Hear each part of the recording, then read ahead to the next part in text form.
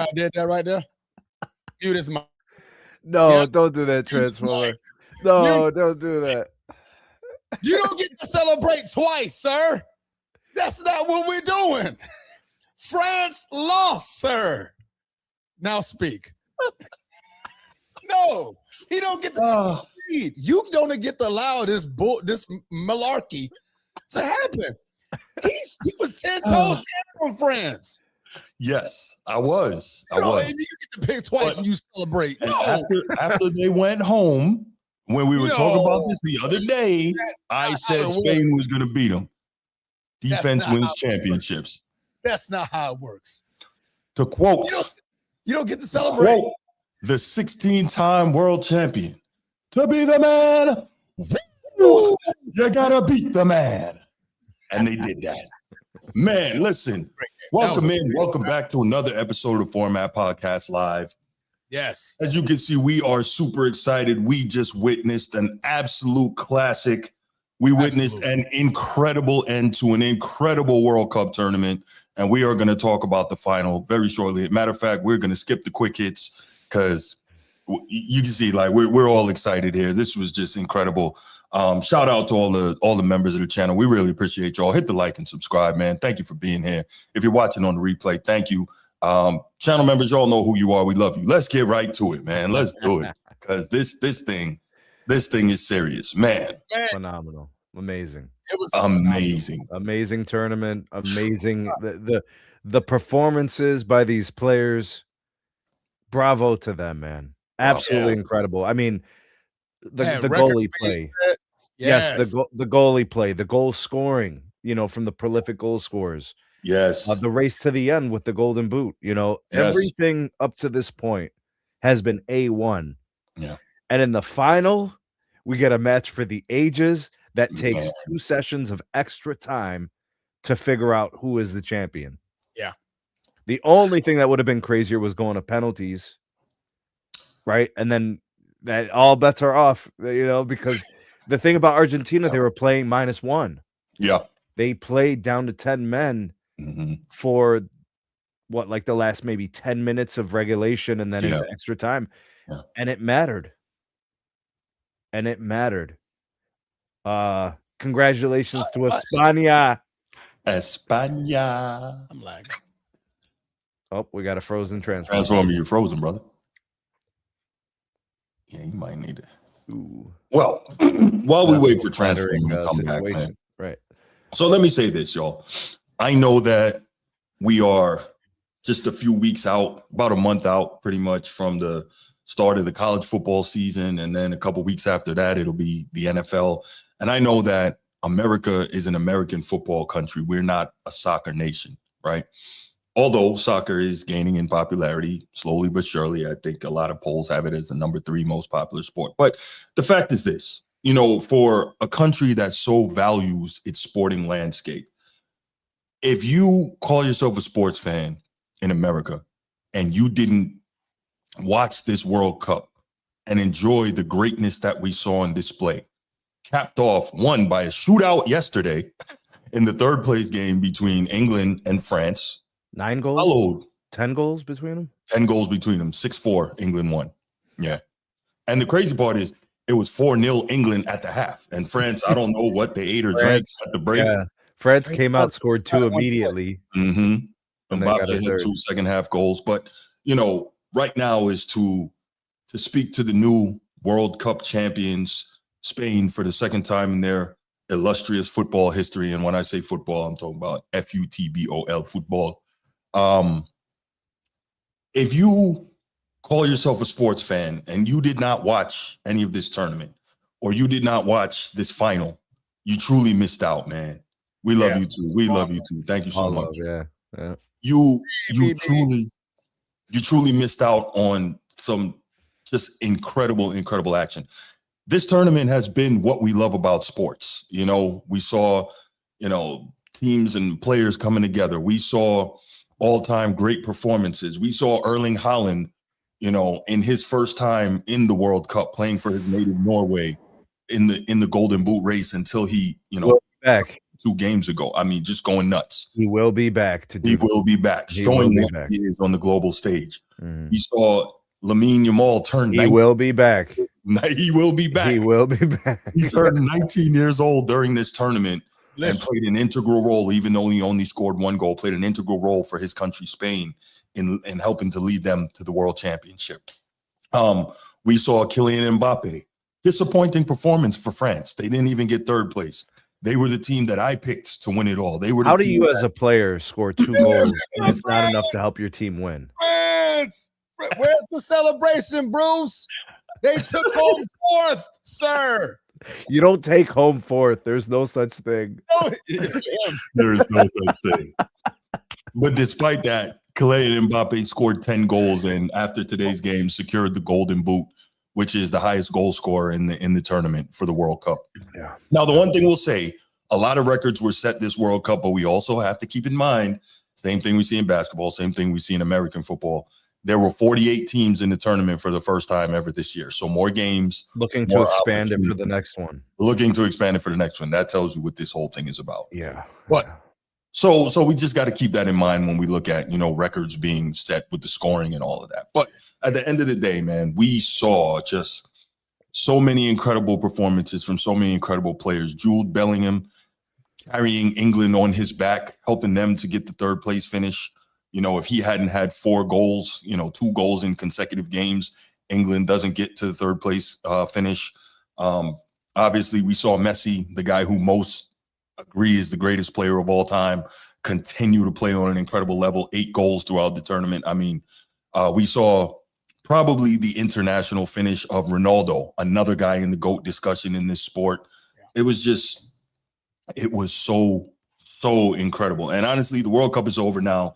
And I'm going to miss it. I have loved having all these games to watch. I'm going to miss it. But I've been talking on and on. Transformer, you go, and then we'll hear from Steve Stevenson, the CFO.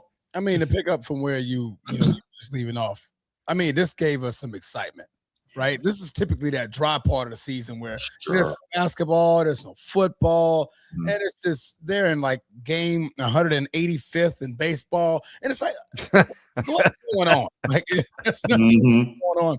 WNBA has been having a few decent games here or there. I mean, we have a little bit of the summer league, but they benched the rookies, so it's like we don't have much to watch for that has meaning. True meaning, like as in the World Cup or a championship.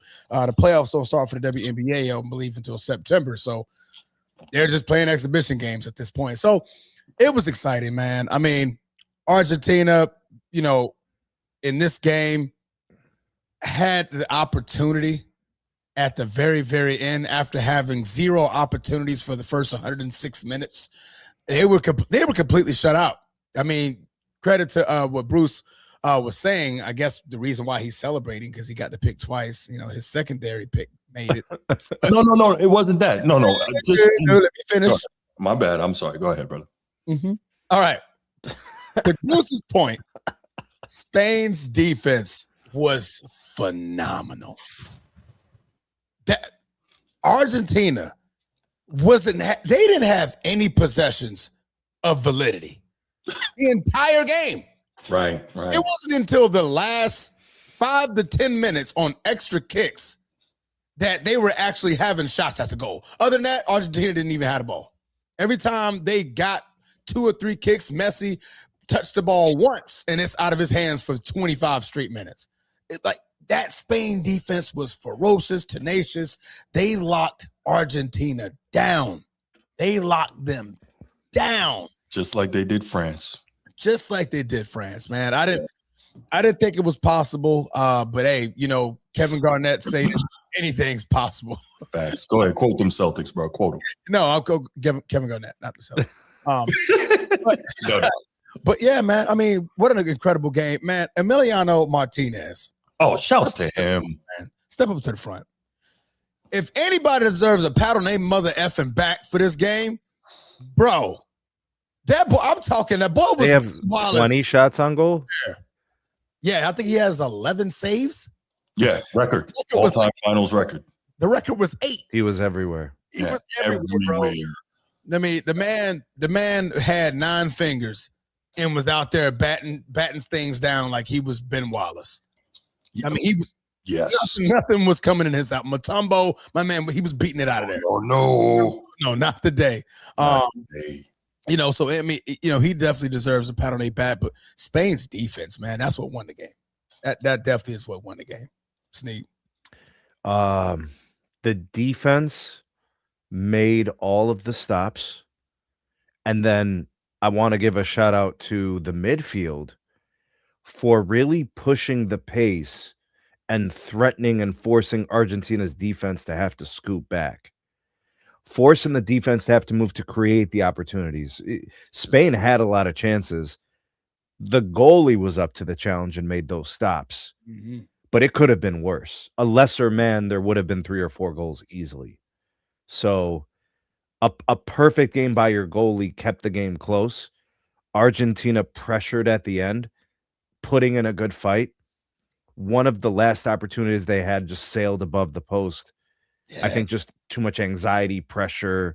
The moment was just too big for, I forget the guy's name, Scolioni or whatever. Yeah, Simeone. Yeah, that guy. Simeone, yeah. He really wasn't that far. He had a little time. He could have squared up a shot and gave it a good direct shot, but that's those moments.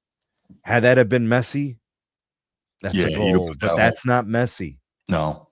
You know, he was like, yeah. And Messi had a couple of shots too, but the defense, with the exception of one run on the sideline, they closed the space on Messi. Beautiful. As if there was $1 million on every line of the possession. They just closed it immediately, closed whatever opportunity, forcing him to another direction, giving up the ball, whatever the case was. The Spain defense almost played perfect. I would rate them a 99.9 today. Bro. I think just on principle, you can't rate anything 100, but they were 99.9 today. They were mad 99. Yeah. They were incredible. The young guys for Spain played great. Argentina playing one down, being in the match, kind of amazing to be in that. I'm not shocked that Argentina had a chance. This is who they've been. But they finally came up against a defense that was basically impregnable. They were a brick wall that was impossible to climb. And knocking it down was not going to happen. Yeah. An amazing tournament with an amazing match to cap it off. It was beautiful. What a finish. And it was down to the last 5 minutes. Yeah. Just over here. Like I saw y'all text. I'm like, I can't read y'all shit. Right. Like at any moment, I could possibly. No, Ricky. Jordan's a 99. Aaron Donald's a 99. Can't do it. Can't do it. Rate Jordan. Nope. They get 99s, brother. 99.9. 99.9. What a game, guys. What a game. Look, man, this is the definition. This is what sports is about, man. I'm sorry. I can't help it. By the way, Transformer, this does not sully Messi's goatness. No. This impacts his legacy in no way. No way. I never said it did, but no. I know you're a big Messi fan, so I don't want you to think that we think now all of a sudden that he's lesser of. No way, absolutely not. He played incredibly. He gave his team a chance to win. He played great, just didn't get the goal. I agree with you, Sneed. I'm just it's Bruce, man. Bruce, what did you do now? I didn't do anything, but let's give another shout out to Emilio Martinez, man. No, he's not doing that. No, because of how he played today. It was absolutely phenomenal. Bruce, who was the guy? Who was the Spanish defender that literally had his face ripped off by that Messi strike? Oh my gosh! Can we pour out a couple for the homie there, bro? Man, yeah, yeah. Talk about FaceTime, man. Poof. Man, he didn't get a chance to turn or angle. No, Transformer. He didn't want it. He knew what it was going to take. He said it's this or they might score. Yeah, right. And he lined it up. You know what he looked like? You ever seen that power slap? You ever seen that before? Yeah. He looked like one of those guys. Like just wait, Transformer, you haven't seen power? You haven't seen power slap? No. What's that? It is a competitive sport where dudes stand there and slap each other and try to knock each other out with slapping. Okay, I forgot the name of it. Yeah. The slapping competition. Yes, that. Yeah, I know exactly what you're talking about. So I was saying, old boy looked like that. Like he knew the pain was coming, but he sacrificed it to try and get the World Cup. Once his orbital has been reconstructed and he heals, he could celebrate with everybody else. Yes. He went over there and celebrated with Argentina. That was the team. He's like, good, we won. We won. Let me address something, please. Let me address something. Ed Dog, don't even try to make some disingenuous, illogical, fake me out comparison because you're really bad at that. Actually, you're really good at that. So let me say this. Ed Dog, we can talk about this offline. Transformer, continue, brother. Thank you. It was Sneed that was talking. Oh. Sneed. No, you put the hook out. You know what I'm saying? Hey, Sneed. Boy, Bruce was a bad fish back in this day, boy. And listen, that boy was always good. He was going for the worm every time. Getting caught, yeah. Type of hook was out there. He's like, "That's my worm. I'm going to get it. I'm out. I'm getting hooked." Oh my goodness. Oh, okay. Man. Yeah, by the way, there were a couple of, I don't know if I want to call them immature moments from Spain, but a couple of moments where their composure was questioned and challenged. Yeah. And there was a player, I think it was Williams. He just kicked the ball out of bounds, bro, mishandling it. And it was a breakaway. All he had to do was pass it to Lamar on the other side. He could have gone across. He could have passed it through. It was towards like the end. It was maybe it would have been their second goal. Yeah, I know which one you're talking about. It would have secured the match 100%. There was like 5 minutes left. And he just the ball just carried out of bounds. Yeah. So Spain was not without their faults. Yeah. Just Argentina needed a few more moments, and I think maybe we get PKs. Maybe. They just need and in PKs, Argentina clearly has the edge. Right. Messi is an automatic goal. There's about 2 other guys who are automatic goals in Argentina as well. Yeah. Spain, not as potent with the PKs. But you know what? We gave a lot of love, as we should have, to Emilio Martinez. Just an incredible job in goal today, standing on his head. But the Spanish keeper, if I'm not mistaken, gave up 1 goal this entire tournament. So he hasn't had to face as many shots on goal because of the elite defense that the Spaniards possessed and demonstrated. But he played a heck of a job. He did a heck of a job during this tournament run as well. So we can't forget that part either. So we gotta give him something. That segment of that team was a force in this tournament. Sure. Yeah. The back line, the goalie situation. Right. It's a daunting task to score on that team. Right. They're very organized and they're very tough. Mm-hmm. So it's funny that in American sports, I don't know if other sports kind of have the same sayings or whatever, but we always talk about it in this country. Defense wins championships. Boy, it did it today. And now we've seen it again, in arguably the greatest sport in the world, the most popular sport in the world for sure. We saw that defense wins championships. It really, in team sports, at the very least, defense is the differentiator. If you have an elite defense, you always have a chance you can stay in the game. And that's honestly, even teams that don't have prolific defenses require a defensive moment. Sure. Like standing on business. So for today, it was Spain for the duration of the match. But they've been like this the whole tournament. Even if I look at the Cavaliers in 2016, they were not defensively dominant all year. They made defensive commitments in the playoffs and in those key moments. I'm just using a team that I, obviously close connection with, but it calls upon them at that moment in time, and you have to be there ready to make your stand, and they did. Yeah, they did. Yeah, no, absolutely. It's in. I'll tell you what, man. North America got treated with one of the best World Cups we've seen in a long time. Incredible, wasn't it? Yeah. So the next one was this. Are they putting bids? Are they putting bids for it? It's done already. It's the next one, 2030, is Iberian Peninsula and Africa. So It's Morocco, Spain, and Portugal. That's going to be a nice one. Inshallah. I'm gonna try By the way, Morocco. that is one of the most beautiful parts of the world. I don't think people realize it. It is one of the most beautiful parts of the world. Sure. That you been there? Well, I've been to the northern part of Africa. I haven't gotten that far, but the Mediterranean Sea, I mean, absolutely gorgeous. And when you just think about that part of the world, the culture is incredible. Yeah. And there's influence from other nations in the cultures. So it's going to be incredible. It's going to be great. Yeah. I hope they can accommodate the global scale of the World Cup, because like if you think about like what Brazil had to do to accommodate it, what was that, 8 years ago or whatever? Yeah.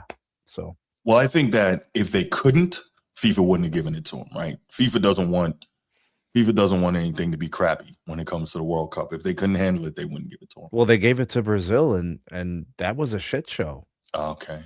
Yeah. You know, they were busy scrambling trying to finish the construction of a couple of stadiums. Yeah, that's right. And by the way, some of those are no longer in use. Like, no, they're like, they're ruins and wrecks. Yeah. So hopefully it's organized well and they get things figured out and they execute it well. We were always in the United States. We have incredible stadium accommodations. It was never going to be an issue. Right. Yeah. Right.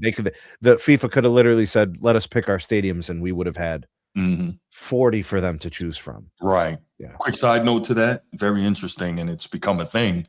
FIFA refused to let their players in the World Cup play on turf. You know, obviously they've done the numbers on it. Yeah, all these places had to put in natural grass. And, you know, a lot of NFL owners, they want to be cheap. They don't want to put in natural grass because you have to have groundskeepers to maintain that all the time. They're going to pull that up and put the turf back down. Crazy. They might as well just leave it. You would think. But they're going to have to pay people in some of those stadiums, though. Dude, the thing is, American football, when it starts raining, destroys grass. Because the players are not dispersed. It's concentrated within the middle of the field, and it's a lot of linemen. You know, that even though those linemen only cover 5 yards of space, they've taken 200 steps. You know what I mean? So they're wrecking the grass. I think it's more of that. It's definitely not about player health. That's for sure. Definitely not. No. Okay. Don't do it, bro. Okay. Yeah. You see, I'm very confused by this, right? Once you started looking sideways, I was like, I don't do it, bro. Like, what is this nonsense? Okay. Anyway, man, I'll look. I got to say how thoroughly impressed I was with this World Cup. We were gifted with an absolutely incredible final. And, you know, this has really made me like serious about the prospect of, and I looked this up already, all the big European leagues start on August 16th. And I am going to do my best to start ingesting more European soccer. Bruce, the quality of soccer in European soccer is actually greater than this. In terms of just the quality of games, the players you're going to see. So like in this match, for example, Spain has an immense amount of talent. So does Argentina. Right. But collectively, World Cup will never be like a Euro League, like Premier League or La Liga. It just won't. It just can't. The best players are there from all over the world. So, yeah. And they pay them a lot of money to play. A lot of money. This is all volunteers. This is all pride. This is all, you know, for country, you know. Yeah. Transformer, can we give one more shout out to Martinez? No. I just want to shout the man out for his greatness on and off the pitch. I just want to do that. Shout out to Argentina's goalkeeper, Emilio Martinez, for a record-setting performance today despite the loss and his greatness on and off the pitch. Just saying. What is he most known for? I know now what he's most known for. Shut up. What? Shut up. You know what, Transformer? I don't like when you talk to me like that. He's known for his record-setting saves in a World Cup. Not that Bruce is smiling because that's not what he's remembering him. We gotta do better. Bruce, what did you do? What are you doing, Bruce? I didn't do anything. We have to do better. You know what? Okay. Yes, Miss Love and Aries. Congratulations to him. Bruce, Yes. you are terrible, bro. Am You really are, bro. It's Am not I really? It's not the time. It's not the time. And just lost like 25 minutes ago. And do you think he's going to be upset later? Yes. I don't think so. I wouldn't be. Oh my Lord. I'm just saying. I'm just saying. Kind of like a long-haired Demi Lovato, sort of. Oh, Kind of. okay. Yeah. I can see that. I can see that. Okay. Mm-hmm.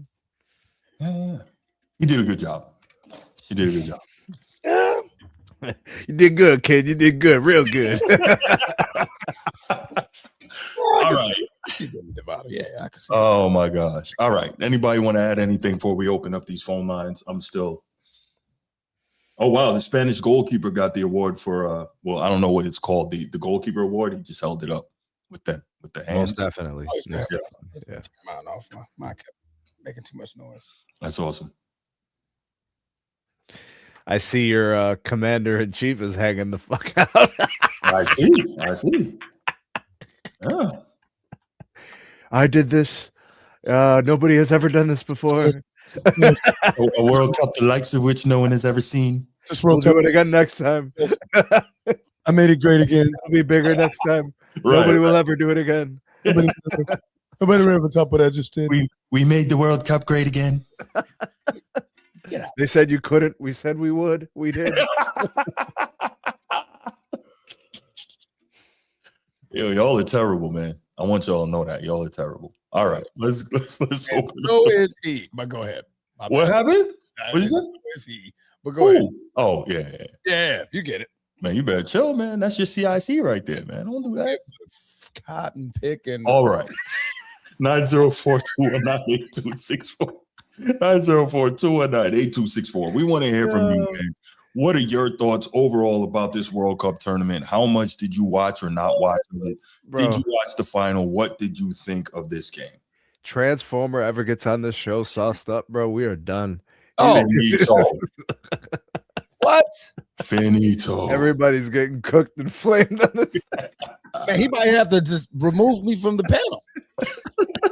Hey, man, Transformer, take a water break. Oh, man. Sean, what's up, man? What's up, guys? What's up? I know. Hey, I have to say, man, congratulations to Spain, man. It was an excellent World Cup Series finals that I loved the experience. I thought Argentina could actually win this or even overcome this. Sure. But they made like hard-headed decisions by being a little bit too physical and a little bit too pushy when it comes. That's how they got here, Sean. That's how they got here, right? Yeah, but not like this. This is like this is serious. Maybe you might have to chill act a little bit. You know what I mean? Wink, clean. Mm-hmm. And they keep on pushing, and then once one player got out of the game, and it's like 10 players. Yeah, it was a wrap from there. Now it took longer than expected, though. You know what I mean? Mm-hmm. Like Argentina did fight. You know what I mean? I will say this, even though I'm not saying that their Spain's defense is they're great, but also, Argentina also played, pretty good defense. But regardless, 10 players, they lose all the substitutions. In that last minute, having to despite that many chances, they did not get the job done. So, Spain, congratulations on that. Now, shoot, if it wasn't for this off season, as far as basketball goes, and still, and also the ass whooping that the Dodgers give to the Yankees, and they're about to play again, I can't be bad, but it is what it is, man. I don't know. I don't know if Messi's gonna retire after this. No, he's not retiring. He's This not going to play another World Cup, though. Yeah, it's last World Cup. I mean, if he was to play another one, I would be genuinely surprised. What would be the point? And then for what? You'd be coming in 43 years old. Like, it's just not, shouldn't be in the cards, I guess. Based on these, there's a lot. We seeing a lot of crazy stuff. There's things that we see that is not supposed to be possible, but people made it happen. So. But congratulations, Spain, man. Like I didn't even watch the post game. It's like, hey, they already won, so I'll just see the awards later. But yeah, you guys were right on that one. Spain actually did the job done. Defense wins championships. A team of destiny, in my opinion. Yeah, it appears that way. Hey, it was destiny. Hey, Hey, you know what they say? You bless you bless your disciple early. Eventually they'll skip past you. And now don't get it twisted though. He didn't even get a goal on this game either. But it was so hard to score. The defense was otherworldly effective. There was a lot of things in this game that I was generally surprised at how, both sides throughout the whole game didn't even have one goal except for the extra times. And this is when even after when they only had 10 players. And by the extra time, that's when they get the goal. And when Argentina tried, no dice. Were you surprised as I was to see Spain come out and score basically instantly out of the second? Well, okay. I was surprised. Okay, I was more surprised with Argentina losing their 11th player. Oh, I'm not. Over even. Oh no, they were kind of wrecked. Couple players were a little reckless. I think so. Yeah, it was like. Now the refs helping them. Okay, that wouldn't have surprised me. But I'm just saying the guy was very aggressive. Come on, man. Come on. The refs love them some Argentina, bro. Yep. No, they're not even from Argentina. They're from, I don't know, Portuguese. It doesn't matter where they're from. What does that have to do with anything? I'm not gonna go. I'm not gonna go to that subject. All right. I'll leave it from out there. But yeah, but yeah, no problem with that. You have the Olympics. I don't know if Messi's gonna play in the Olympics. I wouldn't. Who knows? So, but yeah, congratulations to Spain, and yeah, hopefully 2030 is gonna be better. I as far as the recommendation of place they wanted to do it, I hope they actually pick somewhere in Africa. But they could do something different than North Africa. Oh, you could do it in West Africa. I don't know, something like that. Bro, Africa is huge potential. Huge potential. In terms of a total addressable market. You have cities of 15, 20 plus million across multiple regions. Flourishing as business opportunity and growth, development. It makes a lot of sense if you're FIFA World Cup to get out there. Hey, if they put North Africa, that's cool. I just have to learn that. Hey, how much time and where I'm at, I have to wake up just in order for me to watch the game. That's going to be at least 6 hours, 5 or 6 hours. Yeah, man, I'll be Morocco, Portugal, I'll be staying there till midnight. I'll be like, yo, I'm watching the FIFA World Cup at midnight. No, I think some of the matches would start at 6 a.m. Some of them would start at 9 a.m. It'd be mostly that situation, right? The last time I watched the World Cup on I think 2022, some of those games be in the midnights. Sometimes maybe at 6 a.m. Yeah, but that was in the Middle East, which is an additional 2 hours. So that does make it a little different. Hey, maybe okay, screw it. You know what I mean? North Africa is, man. Hey, you know what I mean? They gonna be singing Arab money, you know what I mean, while couples going there through it, you know. And I'll be like, go at least I won't be staying up all night. But all right, Sean. All right, man. Yeah, no problem. Crazy word. Wasn't there a song, bro? Arab money. Arab money. Yeah. Yo, get some belly dancers up in that.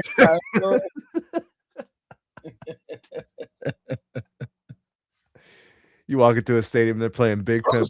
Your face. Why are you making that face, bro? Yeah, what is wrong with you? Nothing, man. What is going on? I think Bruce feels like the human race has regressed. Yeah. Yeah, we've yeah. Not in a great place. That's something that, you know, Mr. 47 couldn't make great again.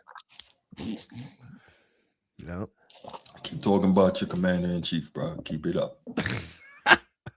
You work for that dude, not me. He's up there. He's up there right now. He's up there. Yeah. I was looking to see if he was going to shake Lamine Yamal's hand and the other guy black did. guy with, the black guy with the dreads. I was curious to see how that was going to go. Yeah, it was the other guy that did. There was a guy next to him. Mm-hmm. Oh man, what a beautiful sight, man. No, it really is. It really is. Look at that. It really is. You know how hard it had to be to win a World Cup in a 48-team field? Any slip up, anytime. Right. Yeah. When to go home. All right. I guess that's it.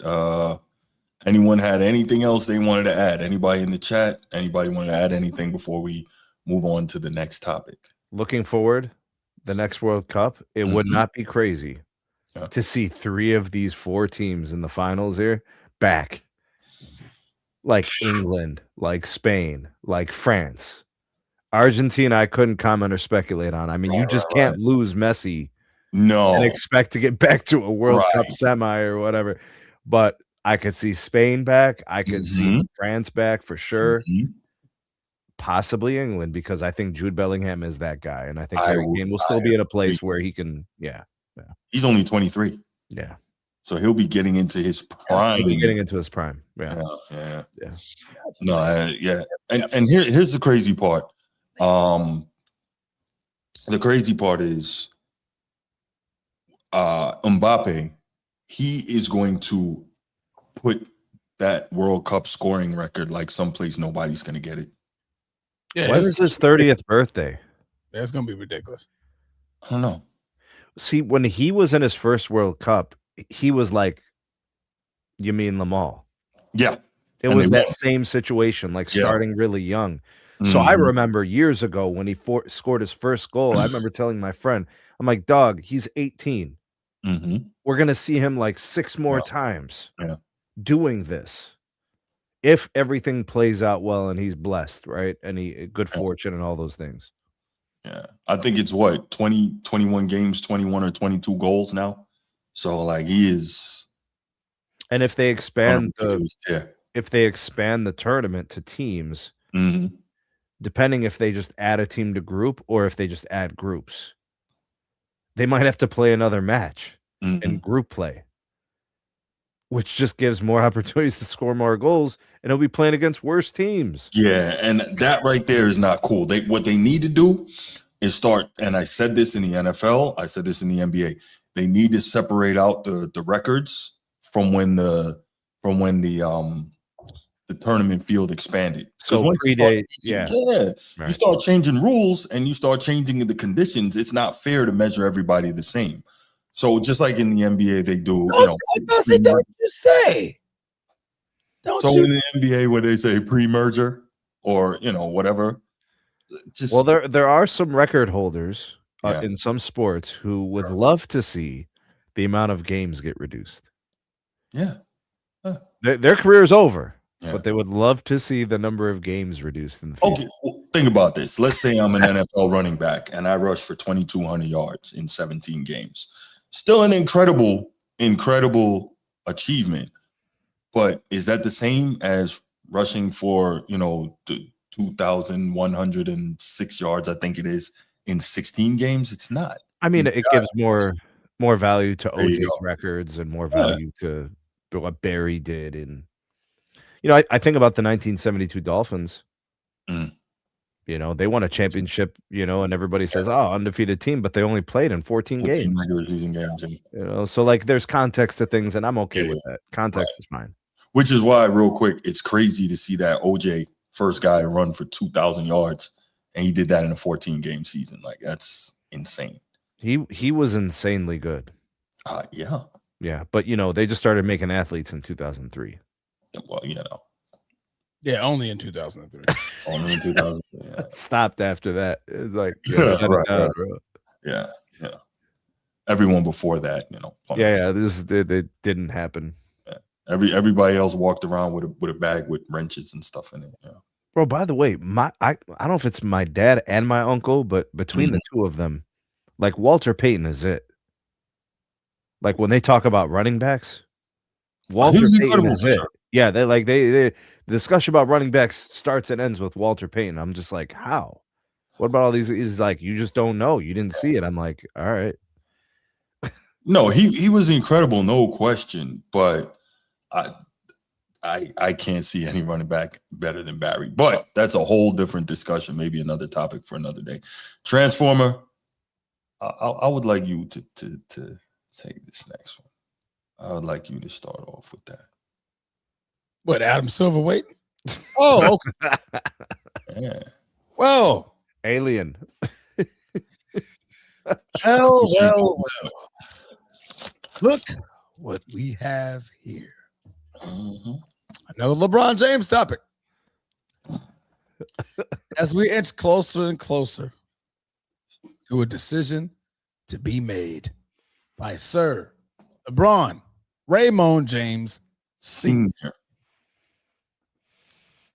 Apparently, we heard from the commish himself, Adam Silver, to basically tell LeBron, hurry your ass up.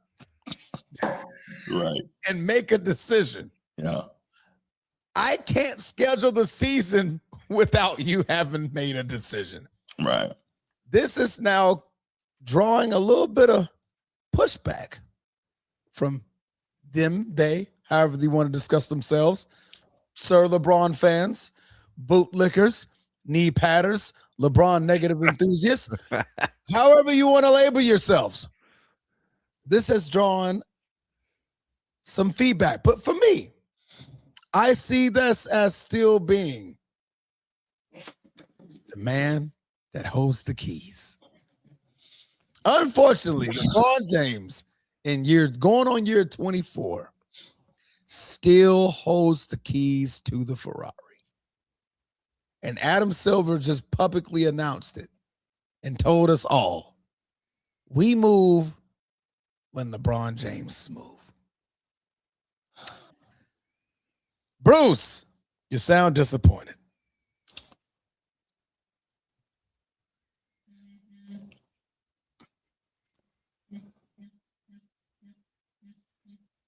What is that? That's you? Ain't it? Me? Somebody phone on vibrate? Yeah, but it ain't me. Not me. All right. Something fancy going on over there I need to know about? Yeah, I don't know. I don't know what's going on. But Bruce, that's you. It's my watch. Interesting. Your watch vibrates that hard, bro? That's crazy. Yeah, it does. Sound like an electric shock your ass. No, you know what it is? Serious happenings, bro. It got a bunch of old because it was on the charger and I turned it back on, and it got all the old messages and stuff like that just came through all at one after the other. All right. Anyway, and it still alerted you while it's not on your wrist? I got my other one on my wrist, so other one. Yeah. Two wrist powders. Yo. Captain Two Watch over here. Not at all. Not at all. Not at all. So I'm not disappointed, Transformer. Okay. I'm annoyed. Now annoyed at who? Adam Silver or LeBron? I am annoyed at both. but more so Adam Silver and the sports media, as I talked about, right? We can't be 100% mad at LeBron because we created this monster. And LeBron knows that it's beneficial for him to continue to manipulate the media cycle and to continue to be the narcissist that he is, right? It is beneficial to him. So he's going to do that. And it only makes sense. So it's not all his fault. It is annoying because we know that he knows where he wants to go or what's already in place. Just freaking say it. But in his defense, he wasn't going to do that, right? We talked about this. Why would he do that? And then the world, literally the world, is talking about the World Cup final. It's talking about Spain upsetting the GOAT. It's talking about, Yamal. It's talking about Emilio Martinez on and off the pitch. But there's so many things. We're talking about an absolutely incredible World Cup tournament that we just witnessed. Pray for him, Transformer. Pray for him, bro. That's all. Absolutely. One of the best seriously, one of the best sports tournaments that we've seen maybe in recent memory, right? And really, we just saw a great NBA playoff season. We saw, a pretty darn good NFL playoff season, and now we follow that with just an incredible World Cup. So LeBron is saying, yeah, I'll take my time because they're still wondering what I'm going to do, and I'm not going to let anyone take that shine from me, right? So it makes sense. He should do that. So, yeah, it is annoying.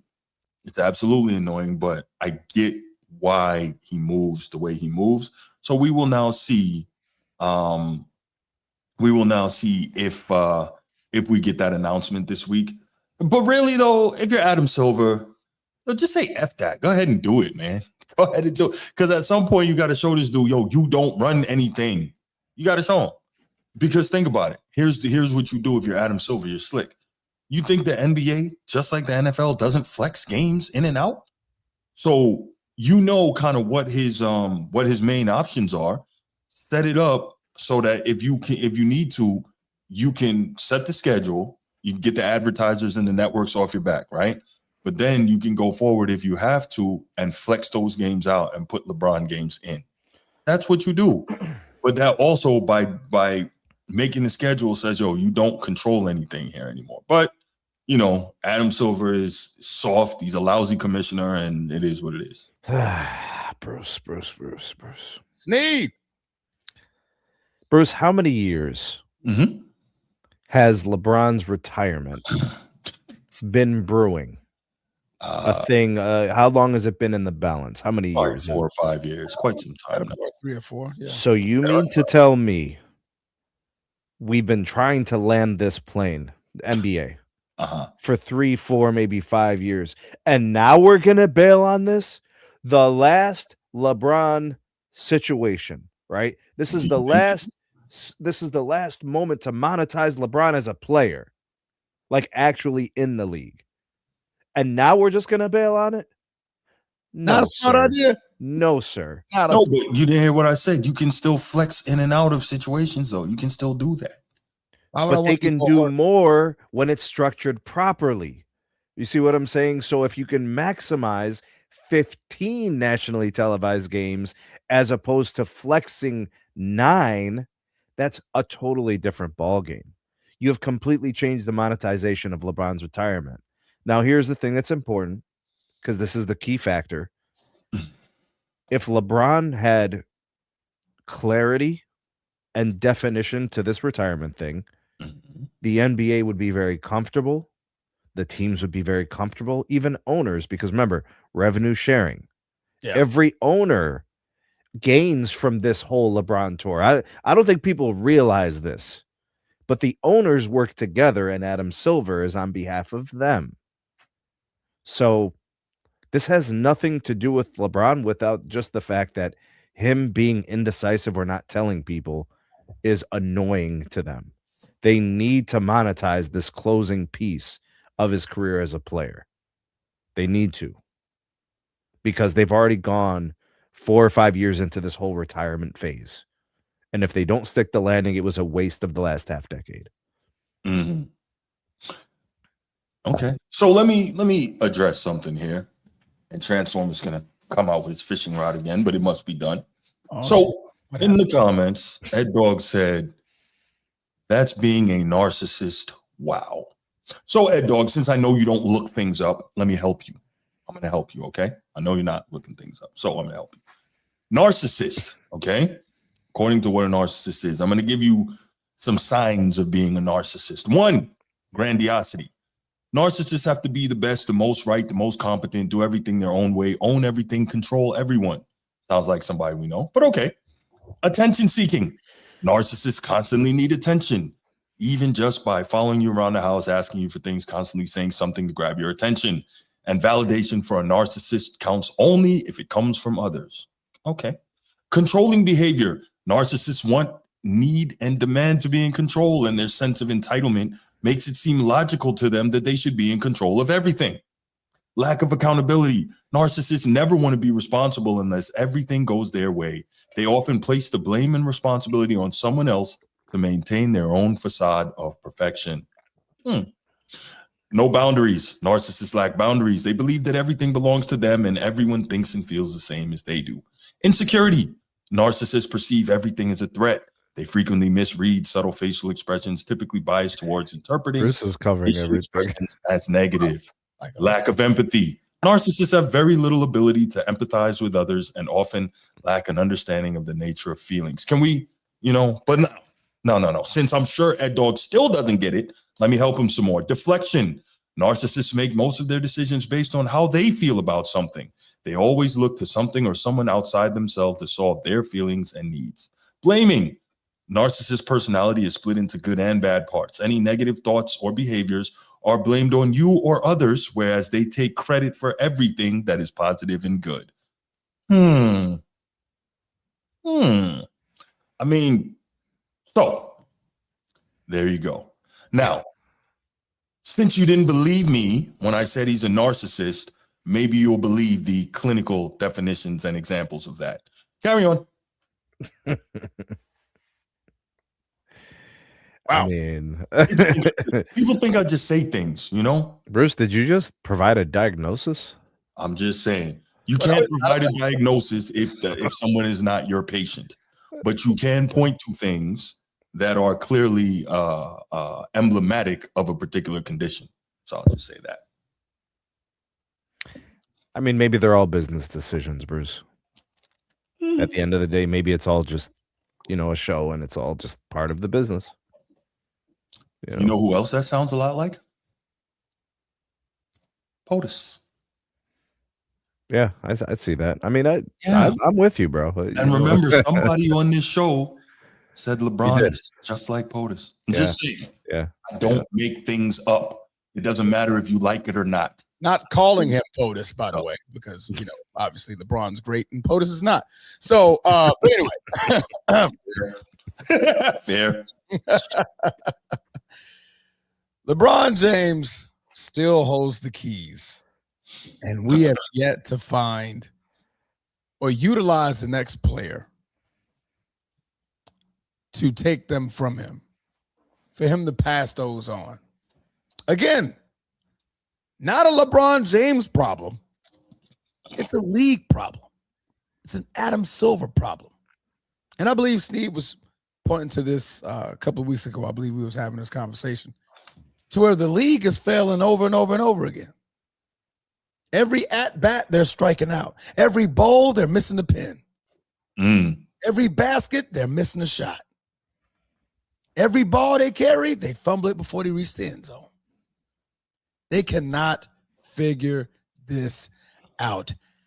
How much money did y'all put into this man to where y'all can't even get out of that situation? Well, you know what I noticed, Transformer? The media doesn't get behind the other players the same way. That's pretty obvious to me, at least. Like SGA doesn't have that, media push.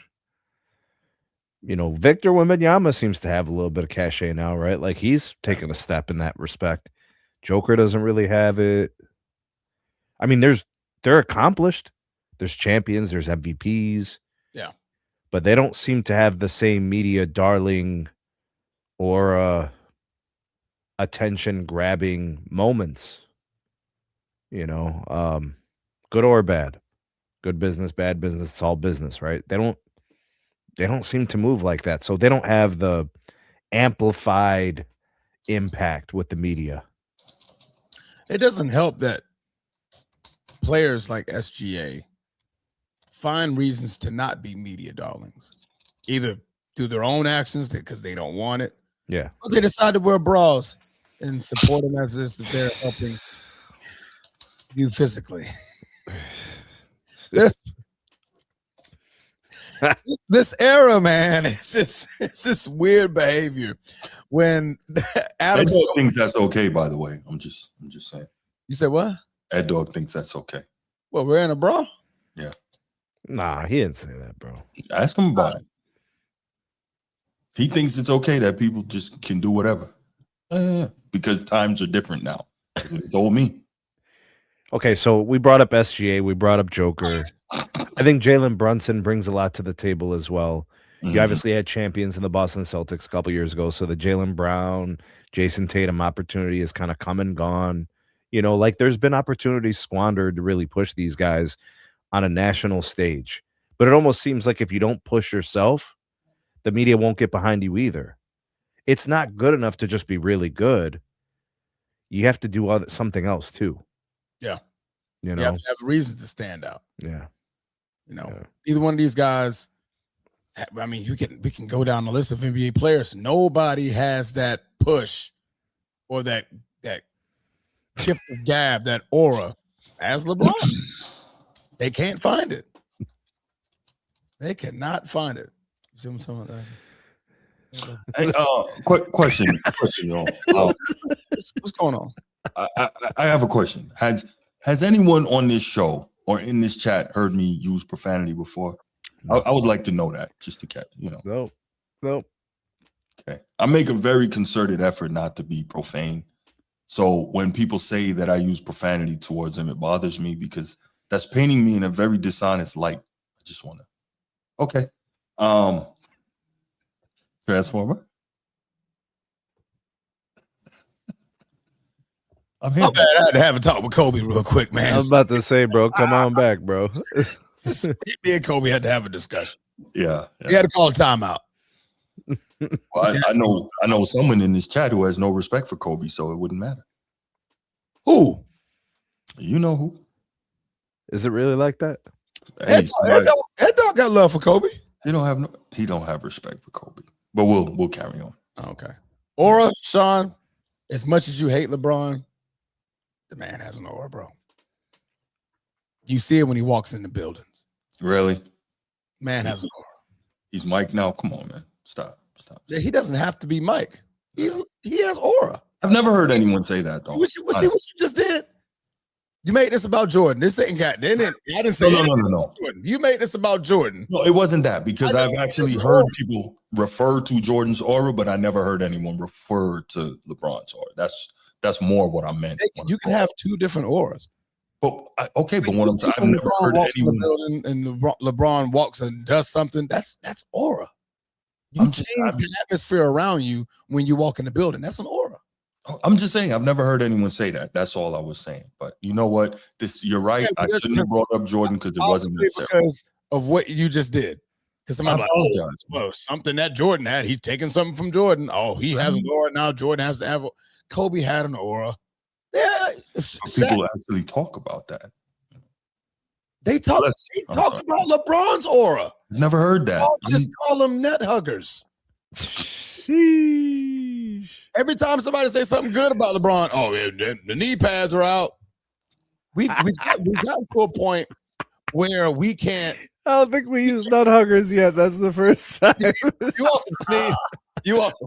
We've got to a point to where you either super love the guy or you just super hate the guy. There's no middleman that can. No, there is. If he speaks, either direction is going to pick up. See, there he goes. He's nut hugging again, or not. He's hating or something like that. Right. There's no middle ground. Why not? I'm not a LeBron fan, but I've given LeBron credit for the things he's done. You're more so on the LeBron negative enthusiast side, but I'm not giving him credit. you've given him a little. So if there's the 50 is what's the spectrum? Where is he at on the spectrum? You're at the 20-yard line towards your really? yeah. You're at the 20. Well, okay, so Bruce, you would not be at the 50. I don't have to be. You're not at the 50. You're not at the 50-yard line. I know I'm not at the 50. But I'm not at the 20 either. Like, that's cold, man. Yeah, you're more so. Well, I don't know. Transformers on the outside looking in, bro. So maybe, I don't think that's 20. Transformer, where am I at, bro? Give me. I believe you. Sneed is a lot closer than 20. I think I'm closer to 20. Nah, you like I can't be a 30. He's like, nah. I admit I'm not 50. Okay, Bruce. If I had to pick, I would say you're at the 30. I think I'm at the 30 also. At the 30? I'll give him that. Come on, bro. Some days he's at the 30. I think I'm at the 30. You said some days he's at the 30. What are most of the days, Sneed? A little bit right of the 30. See? But not that far away from the 30. So you got to play the law of average so that breaks it down. Yeah. Yeah. So you're in the 20s. I'm not. All right, you're in the 20s, Bruce. So but that's okay. I can't even call it the fair kick because the fair kick brings it out to the 30 now, right? Yeah. 35. Right, you kicked it out the end zone. Okay, if you kick it out the end zone, it brings it back to the 25, right? That's the difference between me and Bruce. I know I'm not at the 50. I know I'm not at the 50 also. Right, I know I'm not. I'm at the 30. Did you think you were at the 40? No, I think I'm at the 30. You think you're at the 30? I think I'm at the 30. You think you're at the 30? Some days he's at the 30. I'm at the 30. Some days he's at the 30. Look, Most of the time he's towards the 15. Transformer, I'm gonna ask YD where you're at, bro. I'm gonna ask YD. YD is definitely on his own side of the field. At the goal line. I'm gonna ask him what He's in the end zone. Where's Bruce at on the field? No, but come on. We talked about this. The reason that people see me how they do is because I am not what they're so used to hearing. So it's like, it's overcompensation for them to say, oh, you just a hater or you at the 20. Because they're so used to hearing everybody else being at the opposite 90. Could be worse, bro. You could be at your own 5. You could be at your own 3. Exactly. See, I gave him 20. I'm at the 30. You ain't at the damn 30. You can't. Look, I'm gonna tell you something, Bruce. In these types of situations, you can't rate yourself. Okay. No. It has to be someone on the outside. So you're not at the 30. And I think Transformer's pretty fair and objective. 25-yard line. He is fair and objective. As far as I'll go. 25-yard line. I take that. That's only because Sneed said, well, some days you're at the 30. He never said you're anything past the 30. So that means that on other days you're below 30. There was one day Bruce was at the 40, but it was one time. It was the last show. Yes, it was one time. He was at the 40.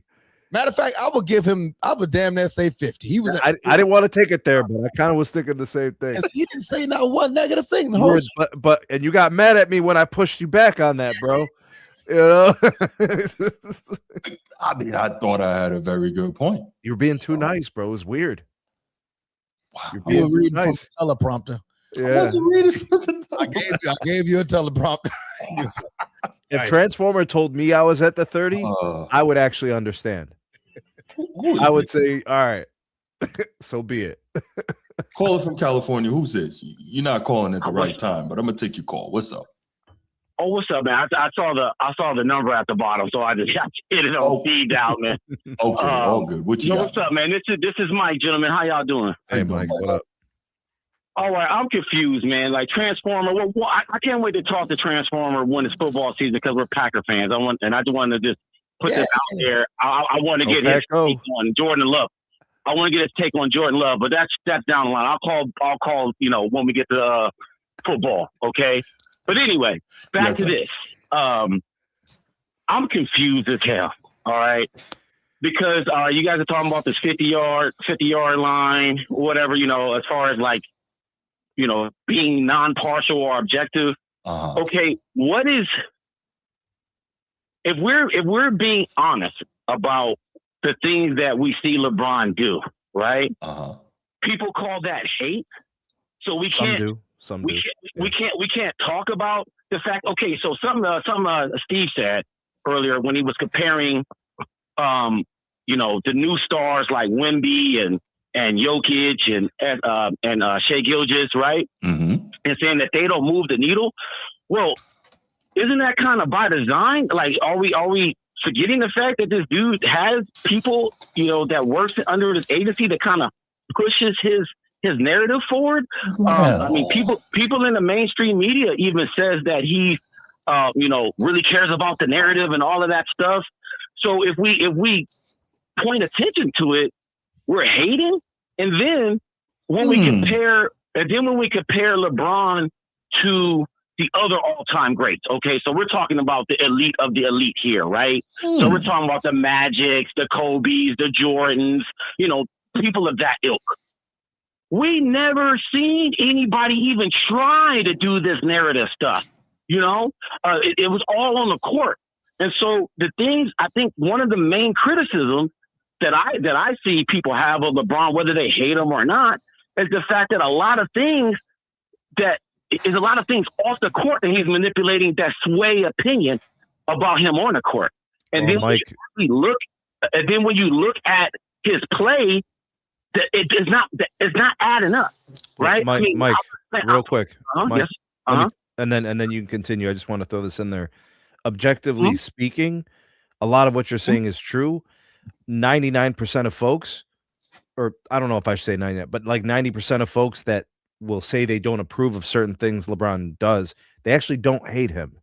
They just may not like certain things that he's done, but carry on. Exactly. Yeah, that's what I mean. It's like, even if you were to say something, online and just to be like, hey, I don't like the fact that he, got these people on Clutch Sports or whatever, right? Oh, you're a hater or whatever. And then so I feel like today, I don't even know how to even talk about sports because it's not about the competition. I remember on Man Down Sports, you guys asked this question on Friday about, is it about the competition these days? And it was like, people couldn't really answer the question. And so if we're really talking about the competition aspect, pure competition, pure hoops, we can't, there's a lot of things people are looking the other way on with LeBron. And, they do. That's true. And I'm not even trying to hate. And then when people say that they don't like it because they want it to be about the competition itself, right? Then you're a hater. And it's like, can we talk about the game, right? And so LeBron, and I'm talking about this from the highest level, right? So I'm not saying that LeBron isn't better than most people, right? But if we're talking about the cream of the crop, there's a lot of negative games that he's played, and then there's been a lot of narratives to blame other people on his team. But if you look at the game for games on why they lost, he's the reason why they lost. Because of, and then you look at the co-stars, they're averaging like 29 something points. Like, hey, if your co-star is giving you dubs every game and you're supposed to be the man, then you're supposed to take him over the hump. All right, Mike, let me interrupt you for a second. Yes, sir. Once again, a lot of what you're saying is true, Mike, but I have to push back on one thing. When you say a lot of the losses, he's the reason they lost, in fairness, so many of the wins, he's the reason they won. We have to say that too, man. We have to. Oh yeah. Okay. So that goes without saying, Bruce, because that statement though that you and Mike hold on, Bruce. That statement that you made plus what Mike is saying, that's called the truth. What he said plus what you said together is what really happened. We can't stand and say, well, it was just this one thing. Right. We know how this thing goes. Those that want to promote him and lift him up will deny anything negative and only promote the positive, which is not objective. Right. So together, I think you and Mike are right together. But that normally isn't explained like that. That's where people call you haters. Get it? So, you get it? So if you like how Mike is going on this whole soliloquy and it's all trash, right? It's all trash, but he didn't state the other half of the truth. Okay, and here's why. Can I say why? Yeah, go ahead. Okay, so here's why. Like no, everything that you guys are saying is fair. So I'm not disputing what Transformer's saying, what all you guys are saying. So all of that is on the table. So 100%. But when we are comparing the elite, you have to talk about where they came up short. Okay. Yeah. So yes, I can. You know, if I was to talk about all of his positives right now when we're talking about critiques, right? Then I would get kicked off the phone because I don't have enough time. So if I'm shortcutting it and I'm saying, okay, he's amongst the higher pantheon of NBA history. So we're there, right? And so I'm saying what separates him from a lot of those people is there's a lot of bad games, man. There's a lot of bad games at the highest level. I'm not talking about regular season. I'm not talking about first round, second round. I'm talking about third round and the finals, man. I've never seen Larry Bird quit on his team, okay? I've never seen Larry Bird pout and distance himself from his team on the finals. You see what I'm saying? So we have to if we're putting him up there at the top with Bill Russell, with Bill Russell and stuff like that, we have never seen that. And then Mike, would you consider that to be emotional control? On whose part? LeBron's. Yeah, and that's a knock on him because we haven't seen that at the highest caliber, right? We're talking about the highest. If you're saying you're the greatest of all time, I'm thinking of Bill Russell, Kareem, Magic, Jordan. You're talking about people that carried their team. They were the X factors on why they won, yes, but then they also have a higher percentage of success at the highest level. So we're giving somebody that's 4 out of 10 on the finals, right, which is a fail, right? There's a lot of window dressing to make him in the argument. Horrible analogy to ever make. It's not. Okay. Like 40%, like that doesn't even, this ain't math. Stop making it a grade. That's not how you grade a greatness or a career. Because Wilt Chamberlain is one of the greatest, by far, maybe the greatest player of all time. Wilt Chamberlain. What's his record? 2-4. But he's not up there. He's not in the top 5 because he lost too much. That's exactly it. LeBron. So you guys are making it that's not the truth. You do not get credit for most of my career. I'm in the freaking finals.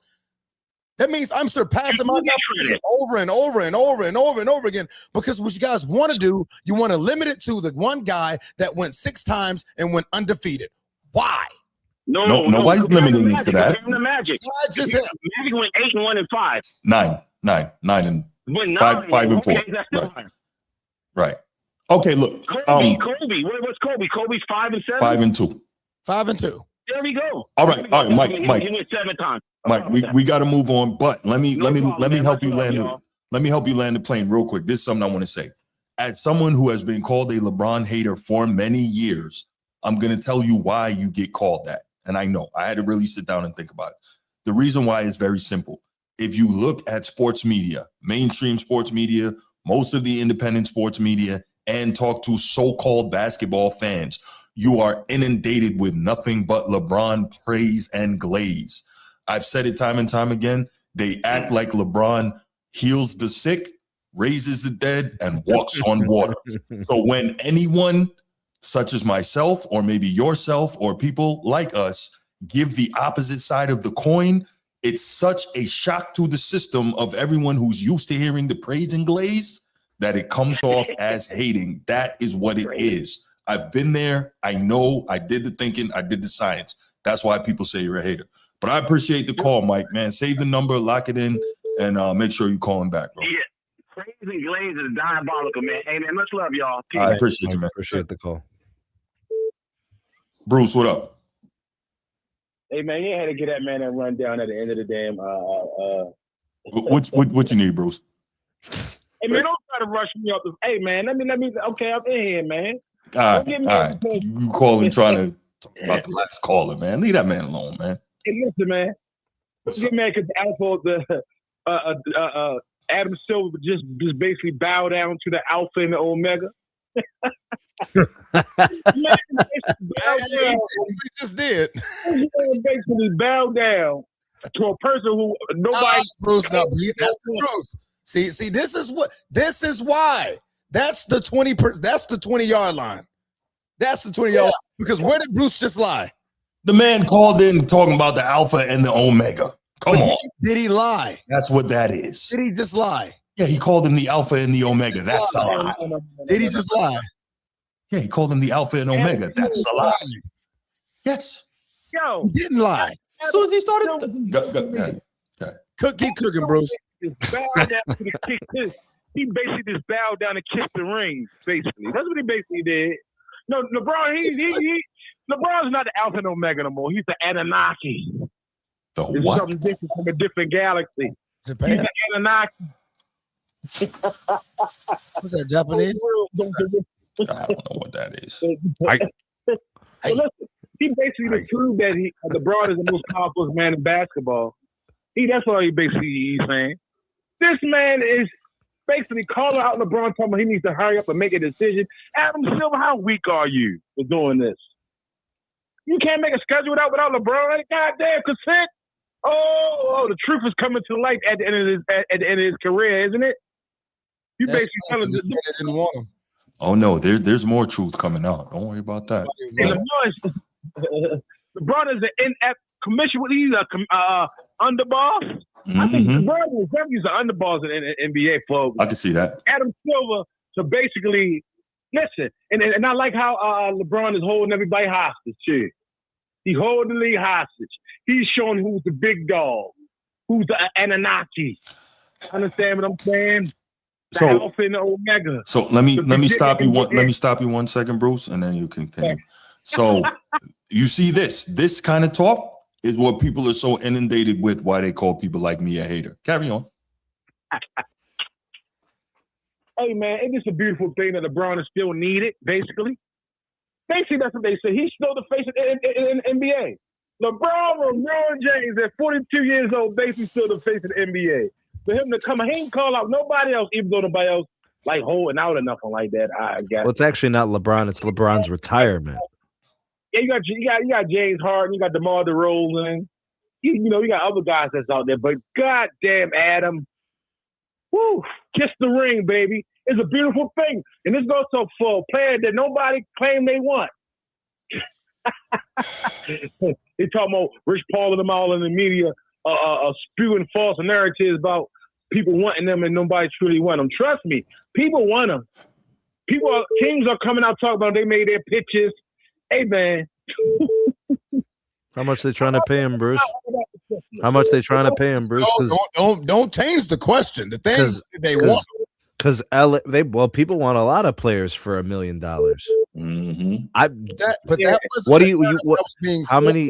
How many teams do you think wanted Kobe in year 17 or 18? Oh, it was quite a few. It's not unusual, Ain't nobody want no Kobe in year 17. He was washed up, injury prone. He ain't tip-top shape like the Anunnaki. Oh, LeBron is not injury prone. Indeed. No, he's not. Bro, you can. This is. I seem like now we're just lying, bro. I see where you were trying to go. I think he's more so like Kobe's was season ending. The Achilles, the shoulder. I think that's what LeBron is. Nicky Knack injury prone. How many games has LeBron averaged over the last 6 years of his career? Yeah, 7 years. How many games has he averaged? Oh, he man. He what you call it? When they take games off, they manage low management. Hey, Steve, before I get off Atlanta plane, bro, on some real. Just admit though, yo, the Adam Silver bow down to LeBron, kiss the ring of LeBron James. Basically, that's what he basically did. They're trying to land this plane for LeBron's retirement. They don't care. Answer the question, Sneed. They don't care. Answer the question. What's the question? Adam kiss the ring. No. Oh my God. All right, yeah, I'm out. No. Because now you're just lying. Hey, BC, did Adam Silver kiss the ring? Yes or no, brother? Brucey? Oh, he ain't got nothing to say. I know he disgusted. I hope LeBron dragged this shit out to Christmas. I'm gone, man. That man, he kissed the ring, Bruce. I'll answer the question. He All did. right. He openly admitted that LeBron still runs the league. He openly admitted. How does a guy run the league, but a team didn't even offer him a contract that was the incumbent? That's the Lakers. I said the league. So the league wants him, but the Lakers don't. All right. Okay. All right. Okay, bro. Okay. All right. Okay. I'll have to reconcile this. I'll try to figure it out, bro. You said one team. All right. Appreciate the call, Bruce. Hey, VC, I see you, man. Call back. Let me hear what you guys say. And that is why people say you a hater. But no, because I'm not a glazer. You're on one side and he's on another side. Nobody brings the information to the middle of the table and comes to some sort of agreement. Because you didn't agree with nothing that Bruce said, but Bruce said nothing but the truth. Adam Silver basically said LeBron still runs the show. I'm waiting on him. That's clearly what he just said. LeBron never announced his retirement. So he doesn't know that LeBron's retirement. Which is why he has to do this. He's not retiring. He's not retiring. But he doesn't know. He knows my needle mover needs to make a decision before I put the schedule out. That's what he just said. They've been trying to land this retirement thing for a long time. They're not going to drop the ball now. Exactly. So right, let's take this call, y'all. He still runs it. VC from Georgia, what's going on, man? What's going on, gentlemen, man? Y'all had a heated debate this Sunday. I love it, man. VC. First, I got to say this. Oh, man, I missed it. With the World Cup ending, I pretty much predicted LeBron James is definitely going to make his announcement after, because the LeBron James that I've come to know will never let no soccer outshine his. You know what I'm saying? He's not gonna let no soccer take any attention. He want all the attention on him. Let's get that out the way first. For sure. We gotta then get the that NFL took Christmas. Okay, you heard him. So look, I assume this is his last year, you know.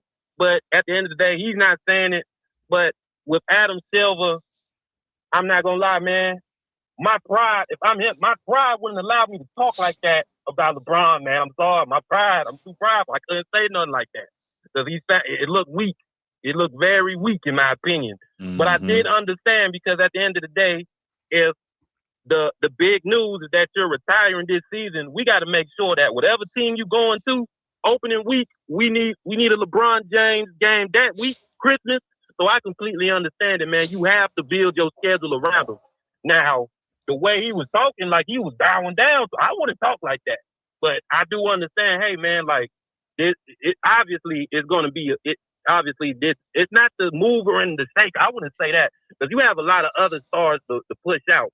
But at the end of the day, whatever team that LeBron James decides to go to, you got to put them in that prime time schedule. So I do understand from that sense.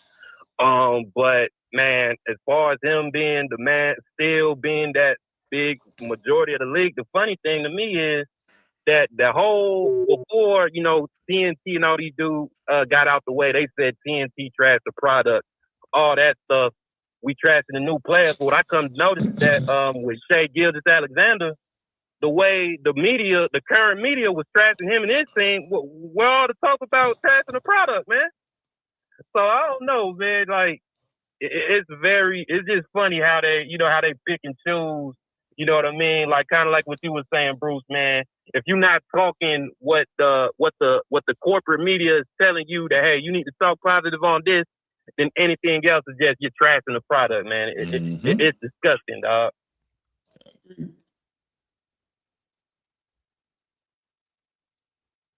But man, Adam Silver, man, he keep bowing down to these players, man. Yes, Transformer, yes, he did kiss the ring. I'm sorry. I don't even like LeBron. I had to say it. Adam Silver kissed the ring, dude. It's disgusting, man. David Stern would never, bro. And you know what's so crazy? That when David Stern was alive and was running the NBA, wasn't nobody talking positive about him. But seeing what Silver's doing, man, David Stern looked like the best thing that ever happened to the league, man. You know what's funny? I never had a problem with David Stern. I never did. But he reneged on that Chris Paul trade. That's what me. Well, that doesn't mean it only happened because they didn't have an owner. Yeah. No. Had they have had an owner, he should have shut up. They could have made a decision. Should have shut up. Oh, I forgot. Shut up. Let them boys cook. It's all good, bro. CP3 would have just tore his hamstring or something mid-finals. Or something. And always had a bad hamstring. Half Most hamstring. crucial moment. Bad hamstring. What are you doing, man? God damn. Mm-hmm. All right, BC, I appreciate the call, man. Thank you. Oh, Brother. yeah, man. Keep going, man. Great show as always, man. All right, no doubt, brother. Thank you. Hey, dog, go ahead, call, man. Go ahead, call. But, try to make sense with what you're saying here. We would appreciate that.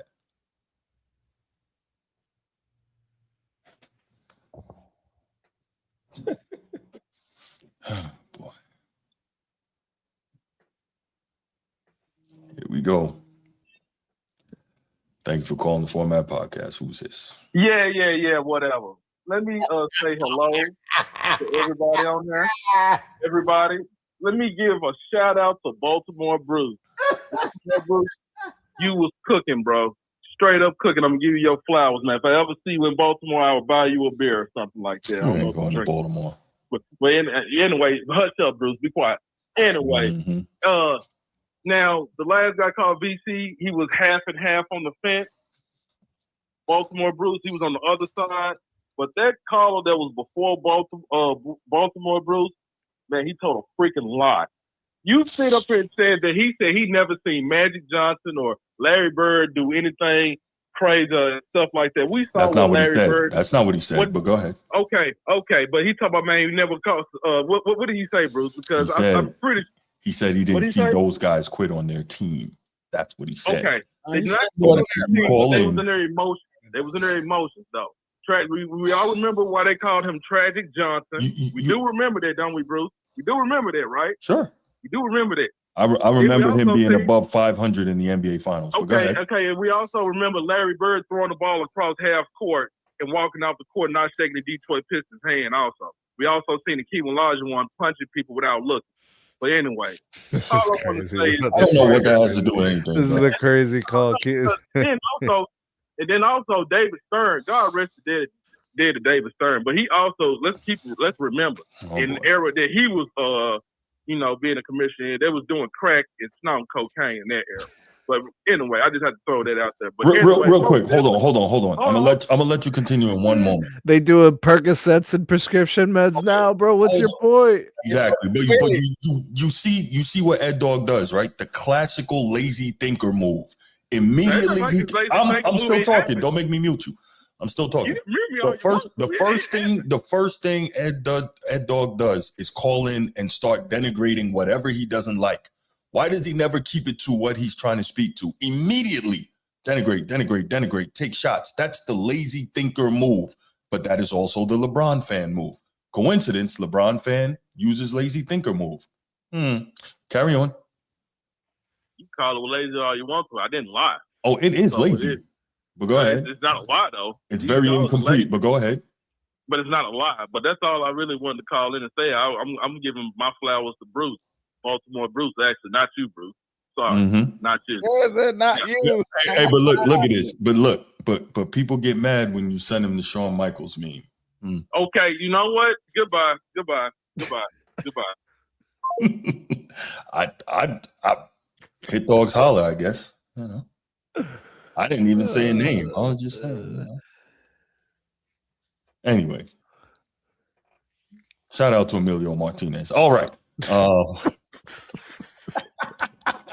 I mean, it's not really any different than McConnell or whatever. Remember, we did that for a while. Yeah. That was worth the darts. This wasn't worthy too. This and Mama Worthy. Oh yeah, Mama Worthy. Yeah. Shout out to Mama Worthy for sure. Yeah. She was always worthy. Always. Shout out to Hamza in the chat. What up? Salam, brother Hamza. What's going on, man? Good to see you. Salute, my brother. Sean, what up, man? Hey, I know I'm gonna just keep it in a short leash, but thank you. But bruh, it's like, listen, man. I get that people love this man, but the man is 41 years old, bro. Like, how much glazing can a person 41-year-old can get, man? Crazy, right? Crazy. I get it, man. Now, Yeah, I already admit I'm a LeBron hater. You know what I mean? Since when they, you know what I mean, his fans diss Kobe's death or whatsoever. I hate, and also the amount of years. But yeah, you know what I mean? Adam Silver did kiss the ring. Fuck it, he kissed the ring. Why? Because he doesn't know what basketball is. You have a 7'4", 7'5" guy, and even before that, you have Giannis. You could make him the face of the NBA, but instead you choose the fossil. A guy that is old as bricks. The man is missing over 40-something games, and you want someone to say, hey, man, you know what? Let me hype this guy one more time. And then let's do it one more time. When you have stars, you have stars. You have international players. I get it, you know, they're not American, but so be it. So be it. We're in the NBA. Right now, there's a lot of international players. You got guys from Germany. You got guys from some other country from Eastern Europe. You can hype anyone else. But instead, to this day, you bow down to a 41-year-old who looked like he doesn't know that he doesn't want to admit that he actually put Just for Men at one end, and at the other hand, he doesn't even know that while he's playing golf, he want to know, like, hey, I wanted to drink or I wanted to swing. Sean, you my guy, man, but you all over the place right now. You're my guy.